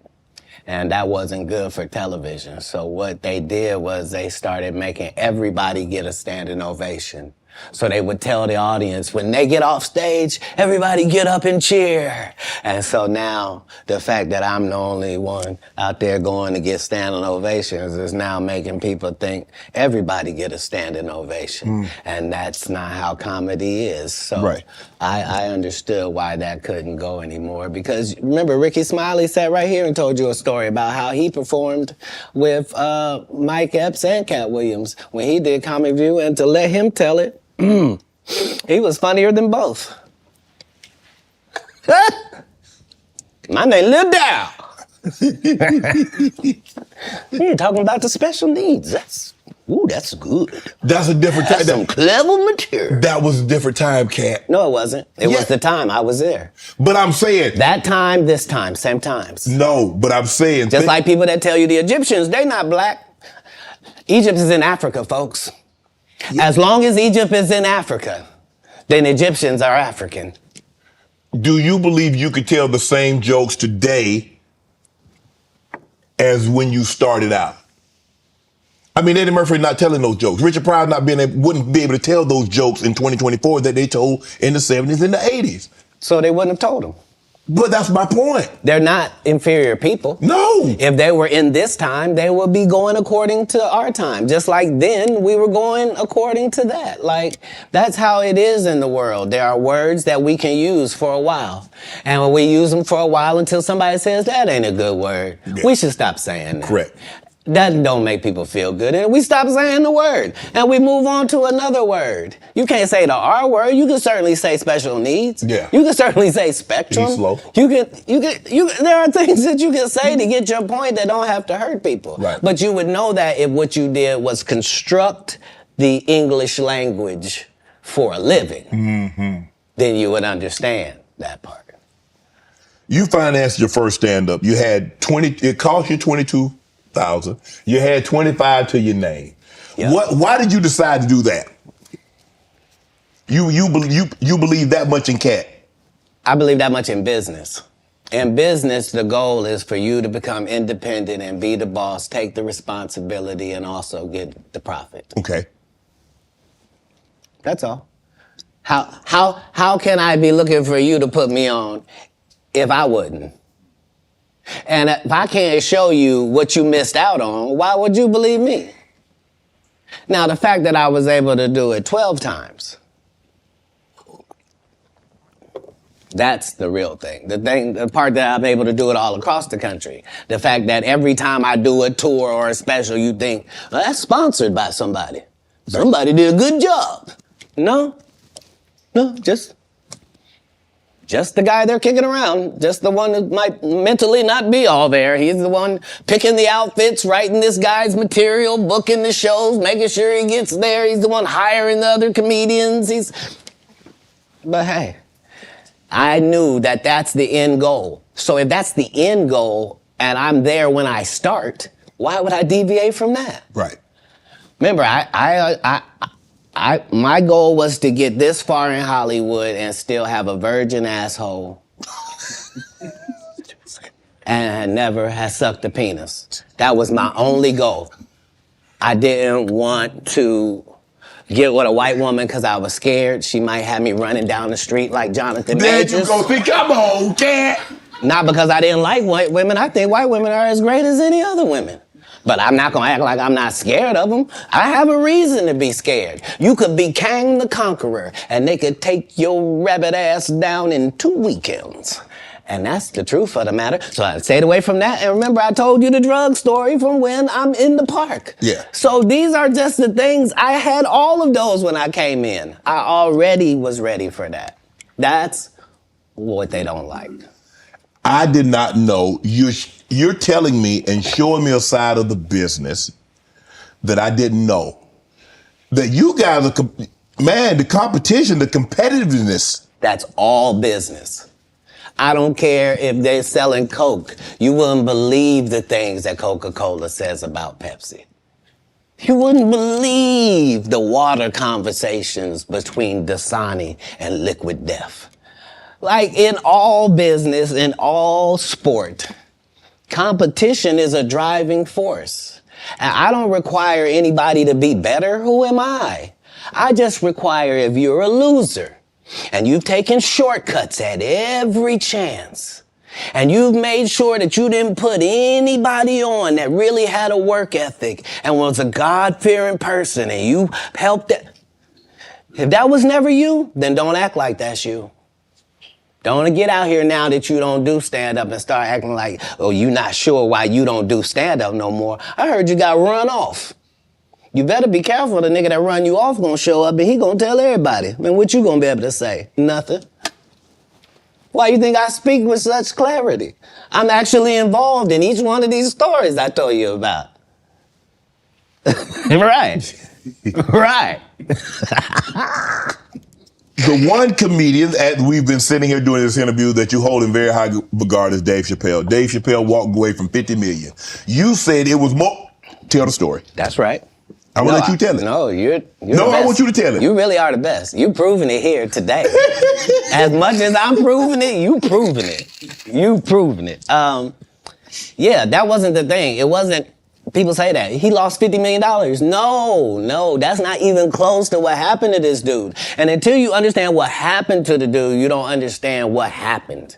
Like, no, not they offered him $50 million and he turned it down. Who gonna turn down $50 million? Now, I've had to turn down $50 million 4 times.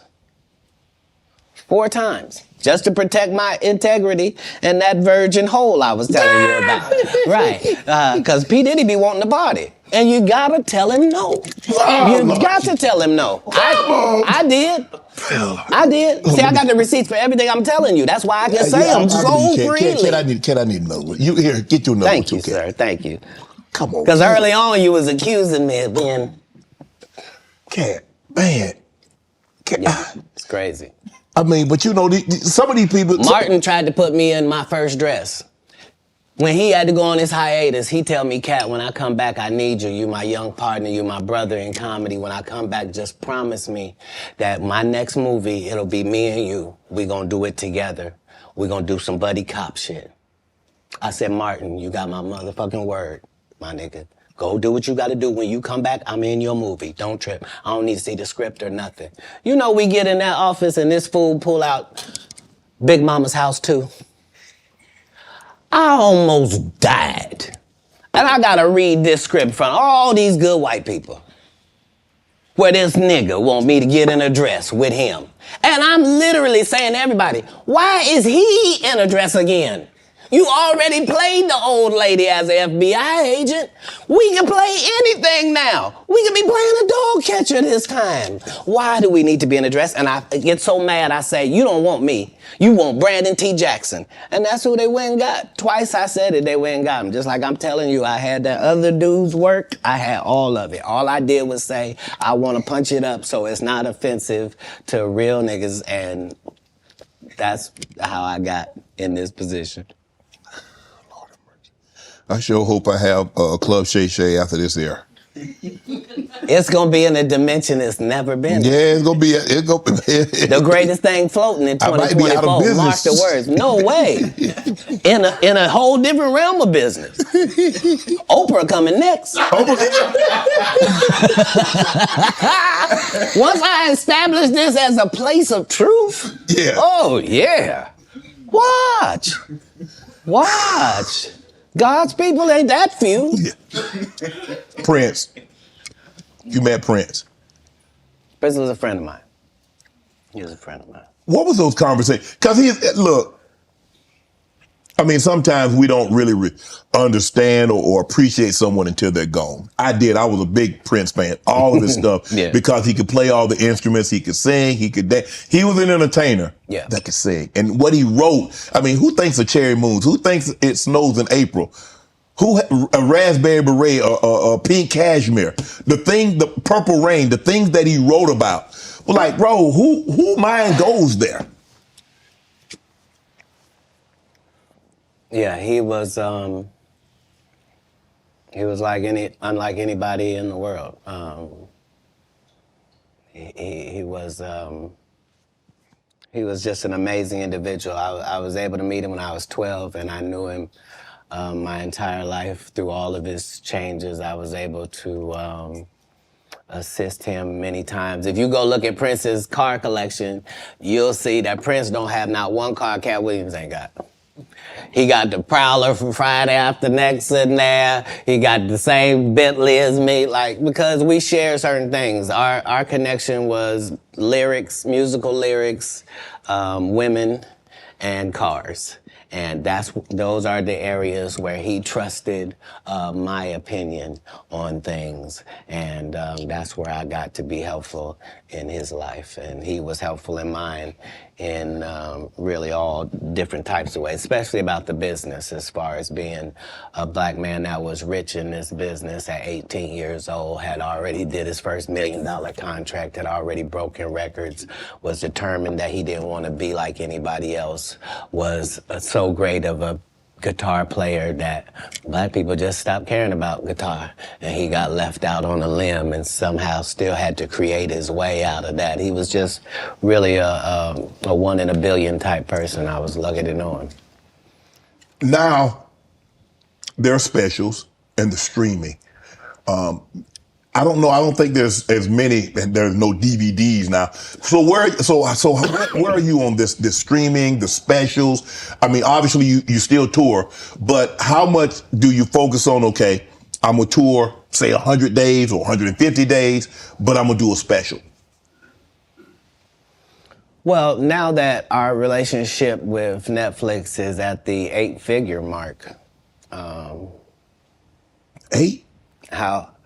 You said 8? How often you want to make them? Oh, you said 8? I mean, like Right. 5, 6, 7, 8?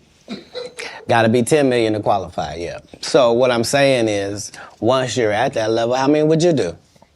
I'd be willing to bet you say, every time you turn around, I'm gonna be doing another one. Hey. I think that's what you would say if you was any good. Yeah, and for like I said, with 12 comedy specials, why do I need to be in these conversations with these specialist people? Sid ain't got no specials you remember. Steve ain't got no specials you remember. Ricky ain't got no specials you remember. Faison ain't got no. What? So why do y'all get special? Yep, it was 20 minutes long. It was good too, though. It was. He's good. Not it was good. He's good. Yeah, see, Quake He's my guy. good. Don't think because I said something derogatory that I don't know how to hate. Earthquake has consistently, I don't think anybody's ever said Quake wasn't funny. He probably never been booed. Yeah. I don't think he's ever given a bad performance. Nathaniel, my dog.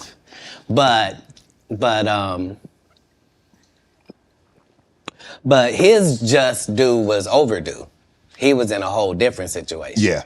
Because he wasn't able to translate the stand-up to the movie thing, TV. He took a hit. Most people don't take a hit. They're just judged on their stand-up. Right. So yeah, no. I even though it sounds like there's a lot of people that's not the case. I'm a proponent of all of us who are in this business working hard trying to make it. When you got into stand-up, was crossing over, was doing TV, was doing movie, was that a part of it? You're like, okay, I'm doing stand-up. Okay, the next progression is TV movies. Throughout the history of stand-up, sir. That's the goal for all of us. That's how it goes. That's why when you hear these dudes talking about, oh, I didn't want to be a movie star, you just know it's disingenuous. Like, what are you talking about, dude? Yeah, oh, no, I just wanted to do a game show. Right. What? Are you sure? Because I thought you did Mark Curry's show over after he had just done hanging with Mr. Cooper.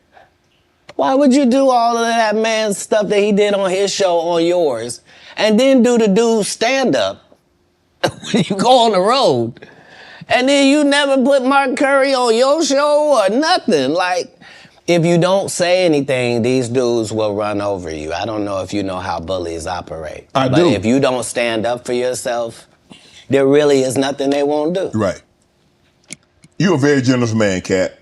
You're the sole sponsor of Melba Moore getting a star on the Hollywood Walk of Fame. You did all that on your own. Why? Do you have a personal relationship with Melba? No. I understood that she was a black woman in a time where it mattered what you look like, and they had a certain thing that they needed you to look like and act like in order to be successful. Right. And she just never did that. She wasn't tall enough. She wasn't fine.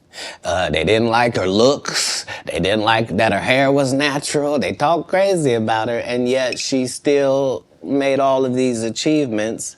And I'm like, understand, I'm already in the Comedy Hall of Fame. I'm already going to heaven no matter what happens. If it ends in a second, I'm up there. So it gives me the leeway to do some things that are simply because it's the right thing to do. So the truth of the matter is, they wanted to give me a star. But please don't consider me and this person been sitting on this list this whole time. And just because they ain't got enough money, they can't get their just due? That's crazy. When do you start? That's hurtful. What if somebody can't afford their flowers? You mean they don't get them? No, God don't operate like that. He would send a dummy like me to come and take care of that. Just so that the right thing happens. That's how the universe works. Because remember, what am I spending my money on? I'm not spending my money on strippers. I ain't spending them on drugs. Why not? Like, stripper what? Party. Because if I go in a strip club, I'm only trying to get her out of there. Yeah. I have no intention of her or any other people being in this position. If I see a girl I like at the strip club, I'm telling her, you know you don't have to strip no more after this. This could be your last day. How about that? Ooh. What would it be like just to leave it all? You ain't gotta be a hoe no more. I don't even want you to go get your purse. Just leave it. Ain't nothing in We it. get new ID. We get new ID and credit card and social security card. We don't need none of that. None of that. None of that. You This life don't look good on you. yeah, shit. You don't even look like a drug addict. Got me thinking, cat. Right. You hear these athletes talking about, yeah, we was out there tricking. What? Why? You're part of the problem. You're part of the problem. Stop paying people that you don't have no respect for. It sets it up bad for us. We got women out here can't find a man because they acting like him. You are alpha. Now the alphas all want these subservient husbands. You can't have one. No. That ain't gonna happen. It ain't gonna happen. Sorry about that. Okay, go ahead. Boy, you done got me canceled. How many times in this program? Where's the camera? I didn't write nothing I said tonight. It's all been on these cue cards, and I'm just gonna keep reading them. Ask your next question. The Migos. Do you help them get out of financial situation?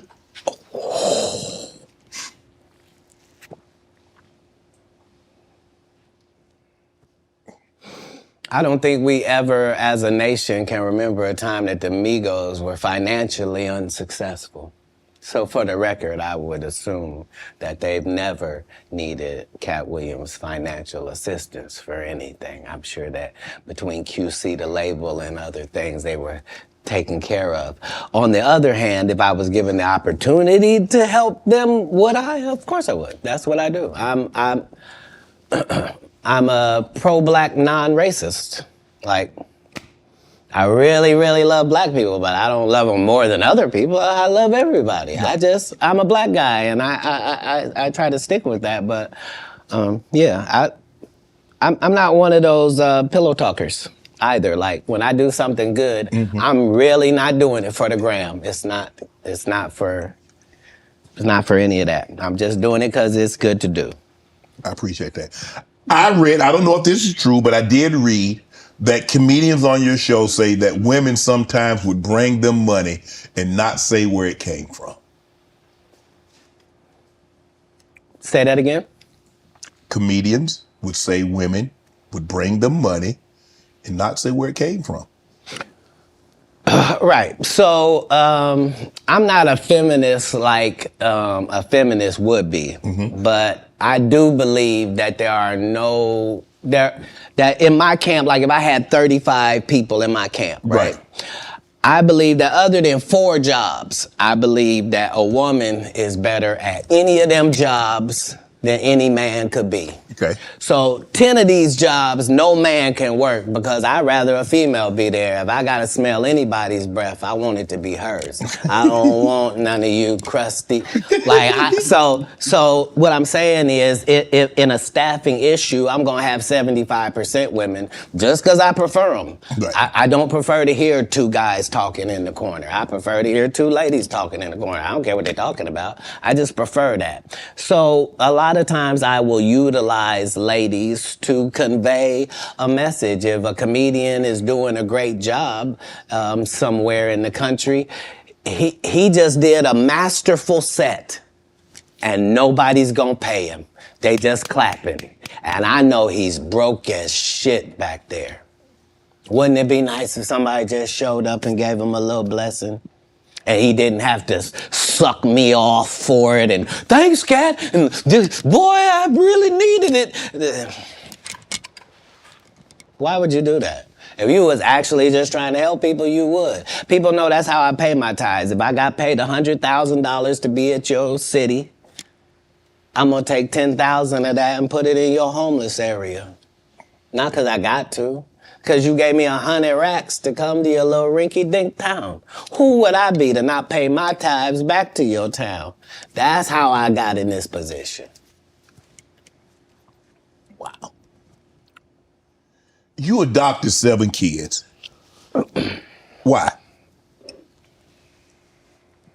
That's a lot of kids for a man that's as busy as you are, travels as much as you do, on the road as much as you are, spend a lot of time because you have to spend a lot. I mean, it's not easy. I mean, maybe it comes so natural to you to put pen to paper and to write things down and be able to go out there and perform a set. But that's a lot of responsibility, Kat. Right. Right. But if there was a God, what would he think about you if you did that? I'm saying let's say, for example, Okay. that God is real. Yes. Okay? And let's say he be looking at what you do. Yes. What would he say if you did that? He said that, Kat, that's a very kind gesture. That's very generous of you. My whole life, since I was telling you when I was young and they was asking me what I wanted to be, and nothing I wanted to be was what I wanted to be God's friend. That's a weird thing if you're an atheist. If you're an atheist, I didn't even say nothing. But if you believe in God and I tell you that I wanted to be God's friend and I wanted to even go to Hollywood and still be God's friend, if I told you that that was my aim, you could understand where I'm at. Like, I promise you, no jealousy, no bitterness, none of that. I got exactly what I was trying to get. I haven't been shorted in any way. I mean, 7, 8 kids, single. You gonna get married? You remember the conversation where it was me? Yes. And I didn't know what was gonna happen to my 2 little brothers and Yes. they was just gonna be out there? Yes. So when it gone full circle and I'm one of the richest men that ever lived. And I don't mean, please don't look at my net worth. I saw my net worth. I had that on me. I don't even. I swear to God.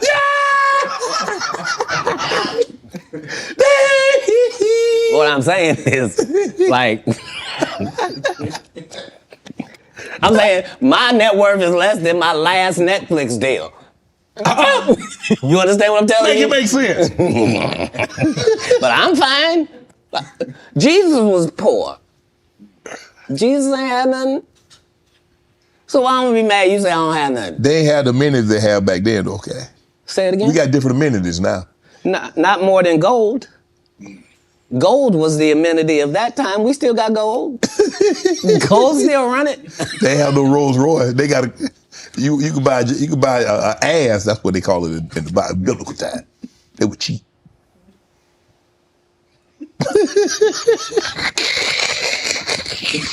I'm saying if you really want to say, I'm saying a Cullinan is cheap.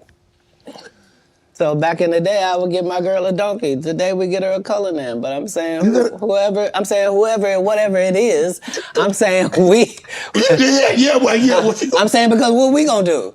I done already told you I'm one of the richest people that ever lived. Yes. Only in the fact that when I wake up in the morning, no matter where I am, I don't need nothing.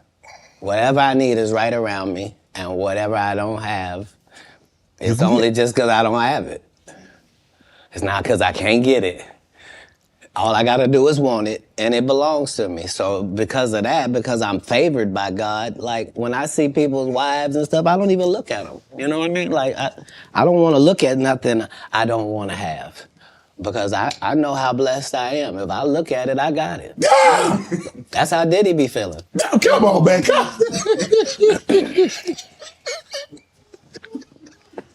So you're not supposed to look at anything that you don't want. Not me personally, just because God has given me literally everything I ever even pump faked like I want. And that's the whole thing. That's the whole thing is I don't have a type of woman. Every woman that I ever had as a type, I ended up getting her. Now she's not the type anymore. Now I understand that every woman is a one of one. Like you can't really have types. Mm-hmm. What? Cause see how you tried to ask me something about marriage, but then I ain't say nothing about no marriage. Yeah, you did. When you rewind the tape, you let it out. You was like, "So you ever gonna get married?" And then you took it back. It's okay. It's okay. I was known as the photographic memory. Are you? I'm not against it. Like most people that are not married is because they're afraid of commitment. It's not that like that for me. It's just the whole time I wanted to be married, I I had kids, so I had to try to fill my wife's place before she got there. Right. So I'm already got kids without a mother, but so now I got to be doing laundry. I'm washing dishes. I'm reading stories. I'm having to nurture. I'm having to do all of this, and I got to the point where I didn't need the wife. I'm doing it, and we're doing it, and I'm not replacing a woman in their lives. I'm letting them see that that's just the only thing that we don't have. And it was easier for me to do that because you have to understand that all of the kids I'm raising at this point, they have fathers. You see? They have a mother. You see? I'm a different person. I'm raising you. And so that needs to be done with the other respect for the others that put work in as well. So yeah, I never had a problem getting married. What's one of the one things you try to teach your kids?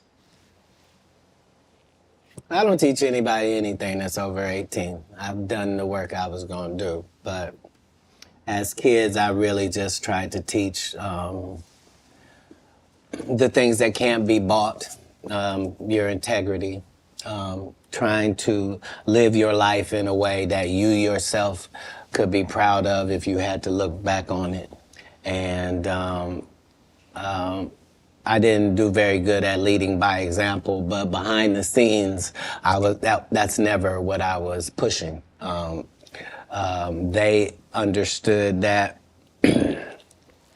because of my stance, there was a certain thing that would come my way. And so accountability and responsibility is part of what you're teaching, is that, you know, even if you're doing the greatest thing in the world, there's this thing called no good deed goes unpunished. Like, there's a real Murphy's Law. Like, basically, in raising kids, you're just trying to give them a better manual and an outline of how life works than your parents gave you. You know? Right.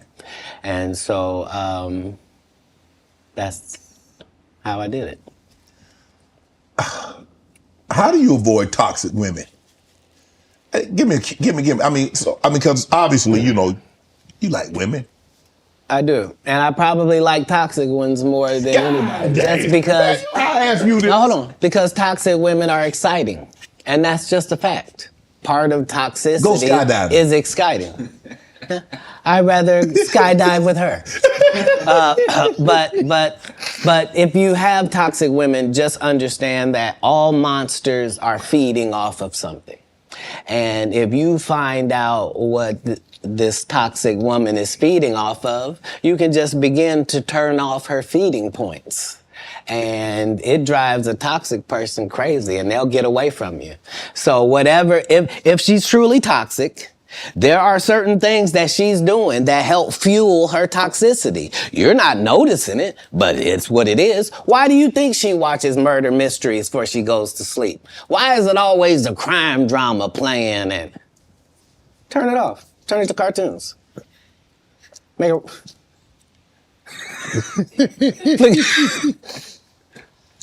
No, you don't get to... What's she listening to? You can't be listening to Sexy Red. You're broke.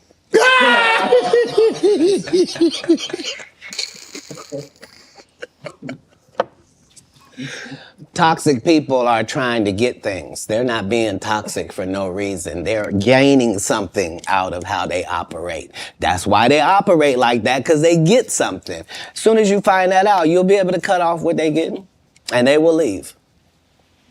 Yeah. You were married once. Never. You weren't married? Never in life. So would you have a cohabitation agreement? Never. How? How could I be a single parent and be married? You could, you know, there are people that like were married and then they get divorced and then they become single parents. That's how that works. Yeah, but a person who's never been married means he's never been married. Okay, I'm gonna take your word for it. Why would you need to take my word for it? Hold on. If I had been married, wouldn't somebody have said who she was? No. It might have been a long time ago. Nope. I've never not been famous, sir. I just worked the story out to you. I don't have no hidden mysteries in my life. That was Jesus. I don't have no periods in my life where it's unaccounted for. No. That person that said that was a liar. I got a case right now in LA. This lady saying she was my assistant for 14 years, and I heard her or something like that. Never worked for me, not a day in my life. Liars lie because they want to. But people always say, why would they lie? No, there are several women have said they was married to me. It's just when it went to court, they had to say, I was married to him spiritually. You shut up. How you gonna be married to me? My kids don't know you. Answer me that. So do you have a problem? Do you have a problem bringing women around your kids? No, not then or now. I've always lived with several women. Like, I'm known for several? That. Yeah. Like more than one? I've already told you that I prefer the company of women to the company of men. So if I told you that me and a couple dudes on my staff sometimes have to cohabitate, nobody finds a problem with that. Yeah, so it's me and 3 ladies cohabitating because that's how the business gets done. Like, I don't want a chef that scratches his nuts before he cooks. I don't. No disrespect to these guys that go around with these large male-only groupings, but that's not my episode of Entourage. Man, you were approached by 7 gunmen. You were robbed, shot in the thigh. Say it again? You were robbed once, correct? No, I never been robbed. You didn't get robbed. You didn't get approached by gunmen trying to get robbed? They didn't take anything. I wasn't even the target? I wasn't even who they were talking to. And not because I say that. Because if you look at what time period it is, I'm not even making $5,000 a year. So robbing me wasn't the answer. This is before Oklahoma. You talking about a terrible condition. They'd have been disappointed thinking they'd get something off of you, huh? If they'd have robbed you. Look, in 3 cities, it's legendary that Katt Williams would walk down our streets with his baby in a baby stroller, with a diaper bag, with a gun in a diaper bag. The only thing I need is a pass. Don't mess with me and just let me go about my business. I'm living in Inglewood, Compton. I'm living in Manchester and Western. I'm in LA, the gang capital of the world, but never robbed. Because why? I'm not pretending to be something I'm not. You think I'm a Blood. You think I'm a Crip. I'm from Ohio. I'm a comedian. I'm a father. Right. I'm trying to do something out here. And not only do I not judge what you're doing, I'm not trying to be involved. Right. That's the difference. That's where the respect comes from. So you're touring right now, the Dark Matter tour. Yeah. Filming next Netflix special. In May. May. Yep, next Netflix special. At U2 Theater in Inglewood. I'm about to catch that. I thought you might say that. I will catch that one. Right, because it's a homecoming for me. Because I lived on Hazel, so I got to catch that. People know I lived in the heart of Inglewood. They saw me walk down Market Street with the babies I'm raising. Like, they understood that. No, I was really not pretend. Oh, he want to be from the hood. No, I'm living there on the street. What's your favorite city to tour in? The next one, sir. Yeah, that's the real beauty of travel. Right. That's why most people don't have the empathy and the sympathy that they need to have for other people. It's because they haven't seen other people. Right. Like, if you went to Ireland and you saw what them people was like, and you went to Sweden and saw what them people was like, if you really went to Africa and you really saw what the people was like, you went to Haiti, you went to Puerto Rico, if you really traveled across the country, you would see that all people is the same. It's way more people that's good than the fucked up individuals you're seeing. And if you understood that, it would change everything. So I don't have any favorites in the world, just because every place is dealing with their own issues, their own troubles. All places look better than they actually are for the people that live there. And it's always a difference between what it seems like What it actually and is. what it is like. People will tell you, I went to Paris. I was there at the Eiffel Tower. Bitch, you had bed bugs. And there were rats everywhere. The food was terrible. Tell the rest of it. Yeah. Don't tell some. Let me ask you a question. When you go to these cities to tour, do you make it a habit of getting out?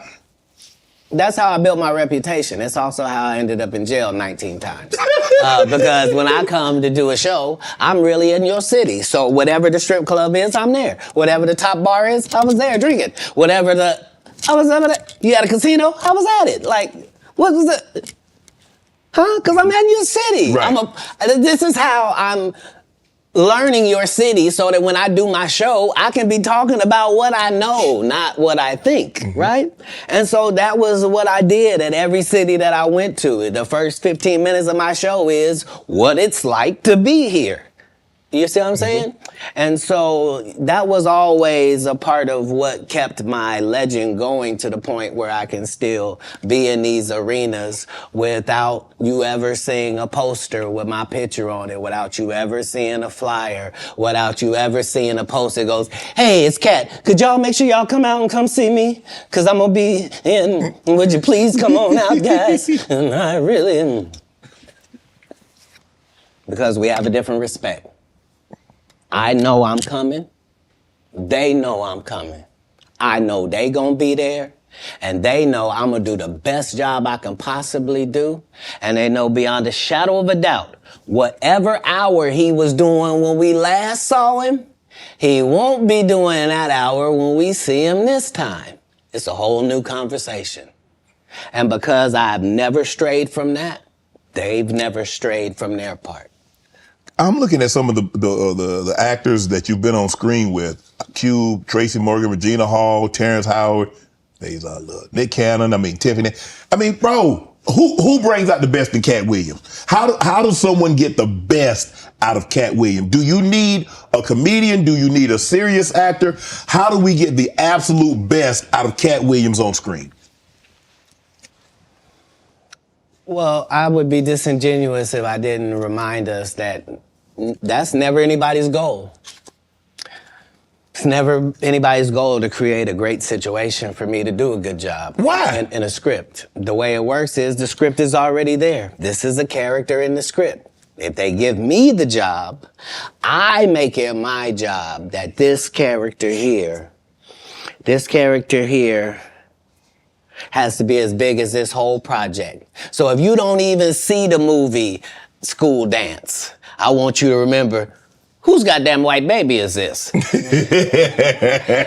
the only way that I can guarantee that you will remember my scene if you didn't remember a whole movie is if I make sure that my scenes are that good. Because that's what I watched. I watched great actors. You never saw De Niro, you never saw Pesci, you never saw any of these dudes in something and you was like, nah, I don't really believe it. You sure you're the Great Gatsby? Like, no, like you believe that this dude, Daniel, is a hobbit.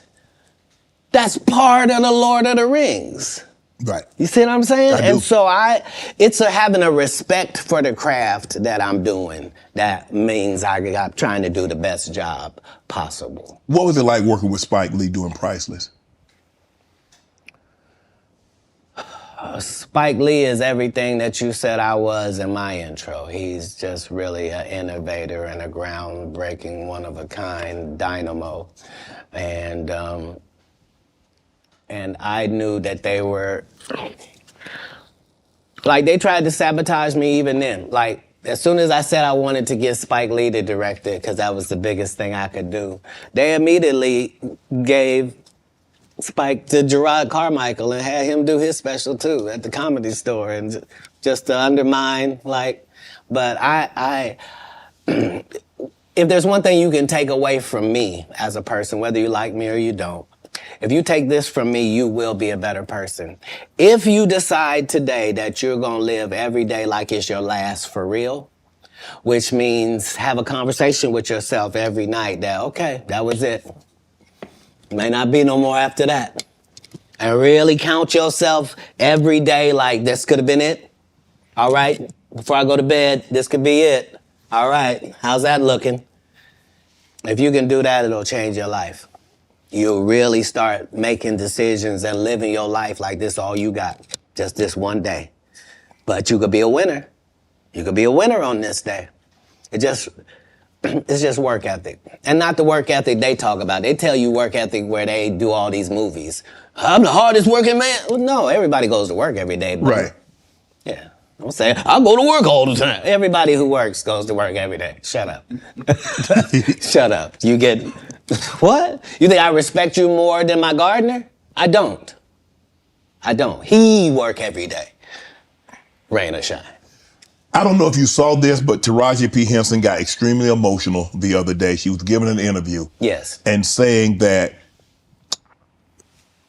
they're vastly underpaid. They say the math is not mathing. They get X amount of dollars by the time Uncle Sam get his cut, by the time the agency get their cut, and what you see they were supposed to get is a fraction of that. Where do you come down on that, Kat? It was the saddest thing ever because imagine being in your genre, in your sub-niche, whatever it is. Imagine being in your lane. Imagine being one of the very top of your lane. That to the point where if they don't take you for the role, there's not 3 black actresses that they can say are bigger than you that we're going to give this to. Imagine you being at that point and have to humble yourself and say, they're not paying me, y'all. And they not making my pay go up because I'm doing better or nothing. It don't matter to them that I'm famous and people know me or nothing. They want to pay me exactly what they paying the new girl.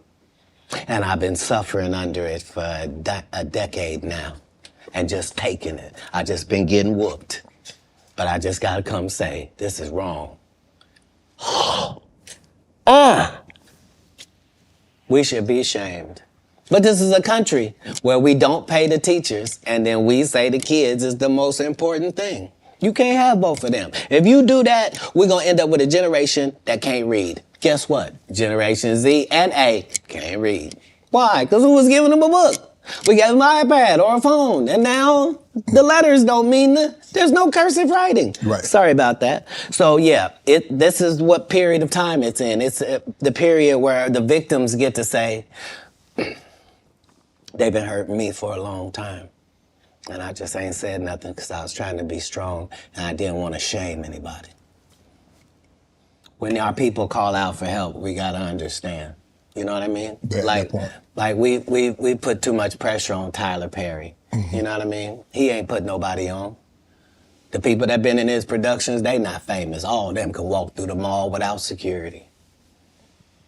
Be what you're going to be, but put your people on. If you a gay person and you in there, put some other gay people on. Put somebody on. Or don't be wondering why people keep saying gatekeepers. Because clearly, y'all are keeping these gates. Clearly. Wilding out. How difficult was it for Nick Cannon to get you on, and what was that experience like? I've known Nick Cannon since he was a teenager. He had to have his... He in the comedy club, if you're underage, you can't be in the regular club. You had to be in the kitchen. Right. So I was the master of the kitchen every comedy place because I got a child, and my child is back here in this place while I go on stage. Right.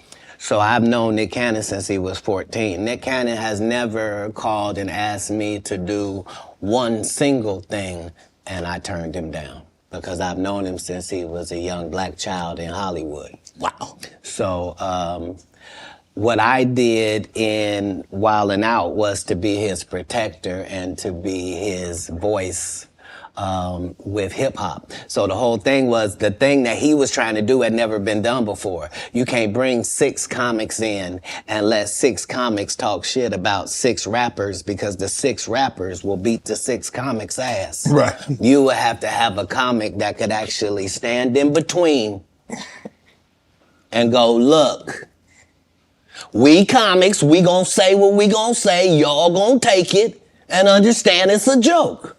If you want to fight, we fight before the show. So you can go out there with your black eye. We're not going to do it comedically. This is what needed to take place in order for it to be successful, which is why it had already aired and didn't work. And then suddenly when it comes back with me, it suddenly works. Because respect has to be in there as well. If you trying to do it with Kevin Hart, you and him gonna get run over. You a teenager, he 5'2". Like, what's gonna happen? Who are some of your favorite young comedians? I haven't seen a young comedian I don't like. If you name any of the young comedians, I'm aware of all of them, and they're all doing a great job. It doesn't matter if it's Country Wayne or Desi Banks. It doesn't matter if it's Carlos or Chico. It doesn't matter if it's DC or Just Hilarious. It really doesn't matter once we go to the young part. The young comedians are dealing with things that we never dealt with. And so that gives them more benefits, but it also gives them more chances of failure. So it's not easier for them. So yeah, I'm a big supporter of young comics. We have Miss Pretty Ricky and Takara Williams. I've taken 25 black women on the road in these tours. It's important to me that the young comic gets the benefits and the advantages of the big comics platform. Right.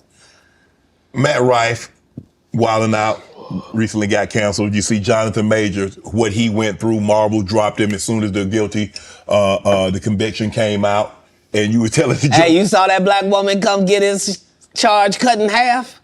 Thank you, Megan Good. God bless you, coming to save that slave. If he'd had to be there by himself, he was getting all four. Guilty, guilty, guilty, guilty. She came in there, was just so beautiful, they had to knock half of it off. Bless his heart. So Matt Rife, you know him from Wildin' Out. He gets canceled for trying to tell I never knew him from Wildin' Out, to be honest. Okay. I came across him as a new comic. Okay. And yeah, I'm really just trying to see the comics, judge where they are, see it. Yeah. Right. Go ahead. So the canceling, what do you think about this cancel culture? You see the situation with Jonathan Majors. I mean, for all intents and purposes, I don't know if maybe he can bounce back in a couple of years, but man, he was hot. He was hot. He was cooking. I mean, you see him in Creed, he's in the Marvel movies, and then just like that. Maybe I'm a conspiracy theory, but I thought Cat Williams said any time they make you into that position, part of that contract is you do understand whenever we want to take you down, we can, right? Part of giving you the world. First of all, they went around the world for 2 years straight telling any women that would listen that this was a good-looking Negro. Mm-hmm. Since when? When did y'all start liking a big nose? And when did y'all like a little head and a big jaw? When? Since when? That look like my daddy. When you start liking my daddy? You like black people's features like that? If this ugly nigga is good looking, then all niggas is good looking. Anytime you see them telling you something you can't believe, just understand it's a play. And it don't matter. You gonna know it's a play as soon as they get in that position and think they gonna tell somebody something. No, you're not. No, you're not. Marvel will cancel you you won't be allowed to read a comic book. What is you talking about? Get out of here. Get out of here, ugly boy. Yeah, they love fooling the people. What's your relationship like with Suge Knight? You still close with Suge? Have you spoken to him? Have you talked to him recently? Yeah, it's doing good. Yeah, he's Man, when you a friend for life with Cat Williams. Yeah, because the people that come to me are trying to better their life. They're not trying to continue doing what they have been doing. Okay. So when somebody comes to me, male or female, it is in the auspices that this is what I did, this is what I used to do, this ain't what I want to do no more, and I want to do something else, and I'd like it to go a different way. Okay. That's what I offer. Yeah. So if you come to me under those auspices, then my loyalty is lifelong. Why would it not be? Tory Lanez and Meg. What was your take on that? Because I know you got to take on everything. I know It's a difficult position because somebody's not going to tell the truth. And the truth has got to be told.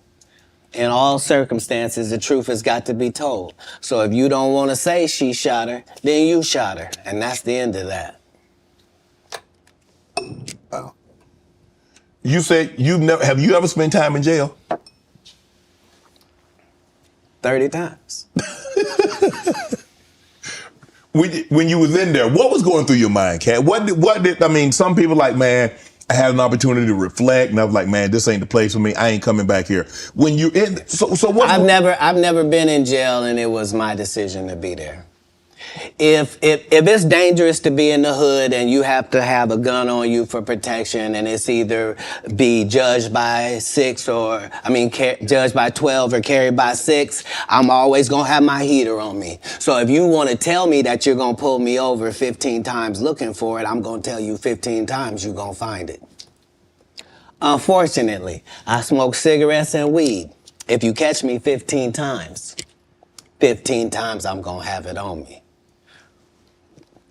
What do you think I'm in jail thinking? Oh, I done fuck up. Damn these decisions. I'm not gonna protect my life at all when I get out of here. Fuck it, let them do what they want to do to me. No. When I'm in there, I'm fine, and I'm understanding that I'm put here for a reason. And the people that get joy off me being in here are really gonna look stupid because I'm finna be free, because you gotta be setting this up. I'm never anywhere to get anything. You don't know I just made $300,000 in your city. That's why you think I might be out here as a ne'er-do-well. You think he's smoking weed. Yeah, he's got a medical license for it. He needs it. It's his only medication. Do you mind if he takes it? It helps him eat. Because he does 19 100 city tours, flying across the line. And so he doesn't get hungry on the regular. He doesn't get sleepy at night. He's got to literally put himself to sleep. He's literally got to make himself eat. So this marijuana helps him do both of those things. Marijuana help you sleep? Oh, yeah. Because remember, as a comedian, what you're doing is against your natural timeline. Your natural timeline wouldn't be that you would start your workday at 8:00 p.m. Right. And then your workday is over at 2:30 a.m. Like, that's a weird... Yes. Right? So to tell your body now that we're pumped up on endorphins, now let's go to sleep at 3. It don't work like that. Your body has to try to get a whole new schedule. So, it suffered, but that's what worked for me. I consistently used it. I told people all across the country, don't worry, this will be legal in our country. As soon as they find out how to charge taxes for it, we will be legal in this country. Do they view me as some sort of visionary for my forward thinking? No. You on drugs. That's what I heard. Kat, but how have you been? I mean, bro, every time they try to put you down, they try to put you to the back. Yeah. You bounce up, you move right back to the front. Damn, you like a Super Bowl. You just keep bouncing and you bounce higher. Trampoline skin is something that you ask God for. When I watched you play football, you had it. There's some people that there's really no such thing as hitting Shannon Sharp so hard that he don't want to run the ball the next play. Right, absolutely. And if that's your only goal, is to hit him so hard that he don't want to be him no more, you just out of luck. Yeah, you wasting your time. There's no, your coach can't help you. There ain't no pep talk gonna help you. Don't matter about the uniform, your cheerleader, none of that matters. If it ever gets to mano y mano, may the best man win. And if you've been living your entire life trying to be the best man that you can for yourself, then you should feel great about those odds. What do you think about Kanye rants? What's going on with Kanye? From a distance, obviously, I don't know how well you know Kanye. I don't know if you've been around Kanye, but from a distance, what do you suspect's going on? I suspect that we're pretty awful people if we say that somebody got a mental illness and then we watch what they do. If you say somebody got special needs, then why would you be watching them and holding them accountable like everybody else? Wouldn't you grade them on a curve? Wouldn't you go, whew, this guy? Because, I mean, what are we reacting to? What are we reacting to? You're the one that put him in a position where he thought he was God and could call himself Jesus. And you're the one told a guy that writes musical lyrics that he was a genius. Mm-hmm. You're the one that's like, so what do you expect? The guy married a whore. Like, what? Oh, Lord. Like, I didn't mean it like that. I mean, married her because she was one. Not he didn't know. He understood that he wanted that. He courted that. That's what he wanted to base his family on. She got a good heart, though. I know what you're going to say. Don't you say it, Kat. Don't you say it. I'm going to move the conversation. If what I'm saying is not correct, then how does she end up with Pete Davidson? I mean, it happens all the time. And what if you weren't even good enough for Pete and he leaves you? What do that mean the product was? No, I don't support or villainize Kanye because I don't understand what it is we want from him. I don't know why we look at a basketball player and say, he didn't score no hockey goals this whole season. He don't play hockey. Kanye don't say nothing I can agree with. Okay. He was the weird guy in the beginning with the pink sweaters when we met him. Like, what do you think moving to a beat of your own drum? This dude started a church and kept cussing. Nobody in black church said nothing. You would have thought all the pastors would have came. You can't be no gospel artist. You just said, fuck that bitch. Nobody said nothing. Because T.D. Jakes over there with Pete in it. Like, come on, Kat.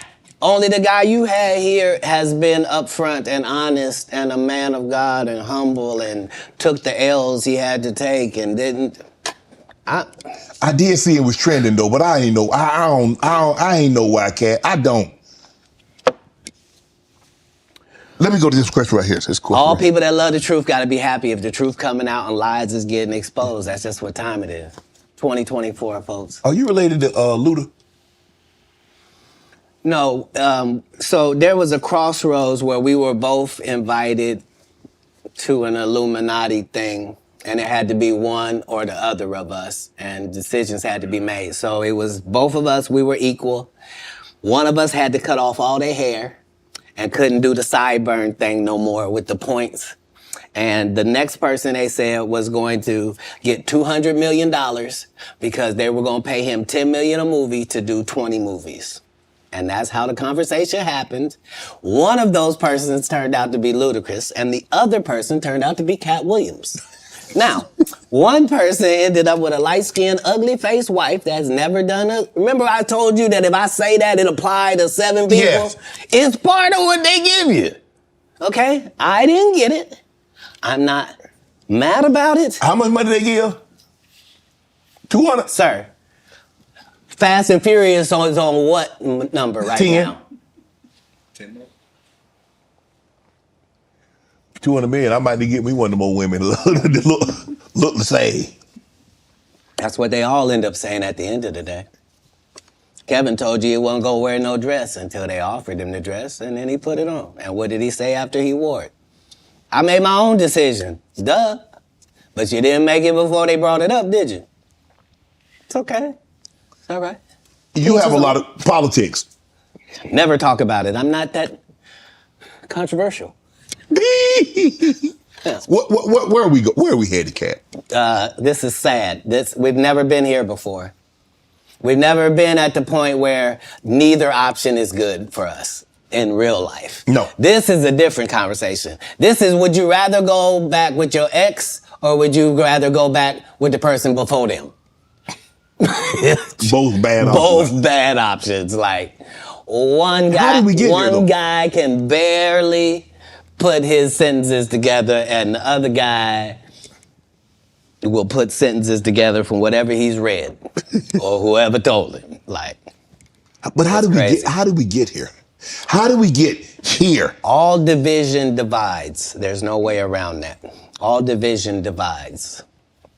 Politics, even in the beginning when our Constitution was drawn up, the two parties was not what they had in mind. No. They always thought that it would be two main and another independent party. They always assumed the independent party would be just as strong as the others. A lot of that just didn't happen. And that's what I've learned more from comedy is that Republicans laugh at the exact same thing that Democrats laugh at.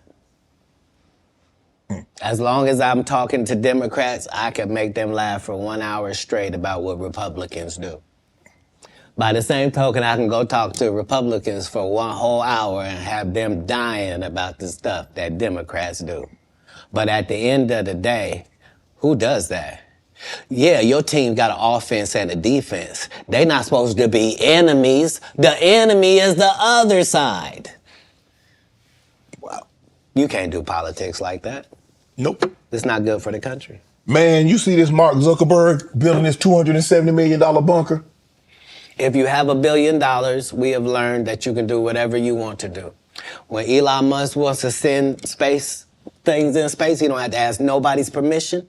Congress don't meet. Senate don't meet. No police department got to be warned. He don't need a permit. None of that. If you got $1 billion, you do what you want to do, and then you tell them what you did. Man. And that's how it goes. What he building a $270 million bunker? What do he know that we don't know, Cat? Kim Jong-un? What? I don't know what you don't know. Do you understand that people that are not very bright are in charge of nuclear bombs all across the country? Mm-hmm. That's what he knows. He knows that 30% of all weapons systems are running off regular Wi-Fi. So what does that mean? That means if a solar flare or a meteor hits either one of those, literally a bomb can go off just because the system accidentally got turned off. Yeah, that's what he knows.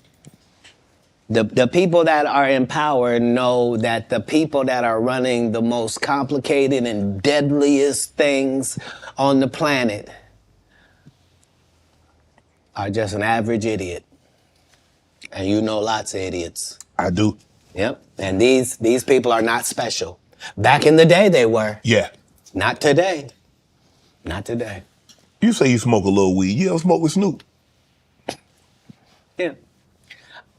I'm actually a bigger smoker than Snoop. He'll tell you that. But I don't mix anything with my weed. I just do weed, right? So nobody has that minimum. I mean, nobody does 20 blunts a day like me for 30 years. Like I was the first person to have a weed roller, like somebody whose job it was. Like I haven't rolled a blunt in 20 years. You probably like if you go, I'm saying I prefer the saliva of ladies. Oh my goodness. No, understand what I'm saying. If for a blunt, it's necessary for it to get lit, right? And so if you had spent 20 years smoking with dudes, that's a lot of male saliva that you would have just accidentally ingested. I can't. But if I done killed her. I can't be this specimen on that. It takes the saliva of nice ladies on that. But yeah, that's all I do. That's just Do you consider yourself a king of comedy? Where the cat? No, they consider that. Oh, like when after Bernie left, them same 3 guys I'm telling you about, the kings. Yeah. Right? Because DL is the greatest. Yeah. There's no DL slander gets tolerated. But they came to me. I was supposed to be the 4th king. I got the offer. Then what happened? But I turned it down. Why? Because you shit on Bernie. And I know the truth. You think I'm gonna let you shit on Bernie and then come get me? I'm the next king? Fuck you. Why? Because the whole time Bernie was here, you was acting like you was funnier than him. The reason you was supposed to go last is because it was your tour. Tell the truth. It was Steve's tour. Not it was gonna be called the Kings of Comedy, it was Steve's tour. These are the guys opening for him. Of course you gotta close if it's your tour. That's why it was such a big deal. But you couldn't do it because you can't beat the best. And until you humble yourself, you will forever be kinged by the king. And because you finally did it, because you didn't have no other choice, and now that he gone, you gonna act like he wanted to be a movie star. You stop it. You stop it. That man was funnier than all of y'all, and y'all thought y'all had one over on him. You thought he was black and ugly, and you were good looking, and he couldn't make it because you did. And that ain't the way comedy works.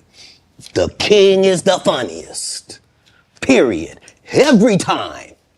And that's why no audience member was ever swayed. It didn't matter where Bernie went. You think if Bernie went first, he wasn't the king? Get out of here. Get out of here. Get your ego out of this. You let the best be the best, right? Katt Williams, ladies and gentlemen. Thanks for coming on, bro. I really appreciate that. Thanks for sharing Thank you. the stories, setting the record straight. Now, you know they're going to double back. Impossible. Impossible, only because if once you play this back, you'll realize I didn't say anything that made me look in a good light. I wasn't tearing down others to boost myself up. But I do have to acknowledge things that did not take place. Like, we're very ingenuous if we say this is not a game and we don't play it and people ain't in positions and people don't have their favorites and they group and they click. Right. Well, that happens in all businesses. Right. No. Say what side you on, say why you don't like the other side, and then get to the game. But in the game, I'm wiping the field with them to the point where they don't even compete anymore. So how you gonna let a dude that been on the bench for 15 years, I would have beat Jordan's ass. Shut up, Jordan is still alive. We'll call Jordan right now. You can't beat him now. Not then, you can't beat him now. Right. Katt Williams. Shannon Sharp. Appreciate you, bro. Appreciate you. All my life, been grinding all my life. Sacrifice, hustle paid the price. Want a slice, got to roll the dice, that's why. All my life, I've been grinding all my life. Look, all my life, been grinding all my life. Sacrifice, hustle paid the price. Want a slice, got to roll the dice, that's why. All my life, I've been grinding all my life.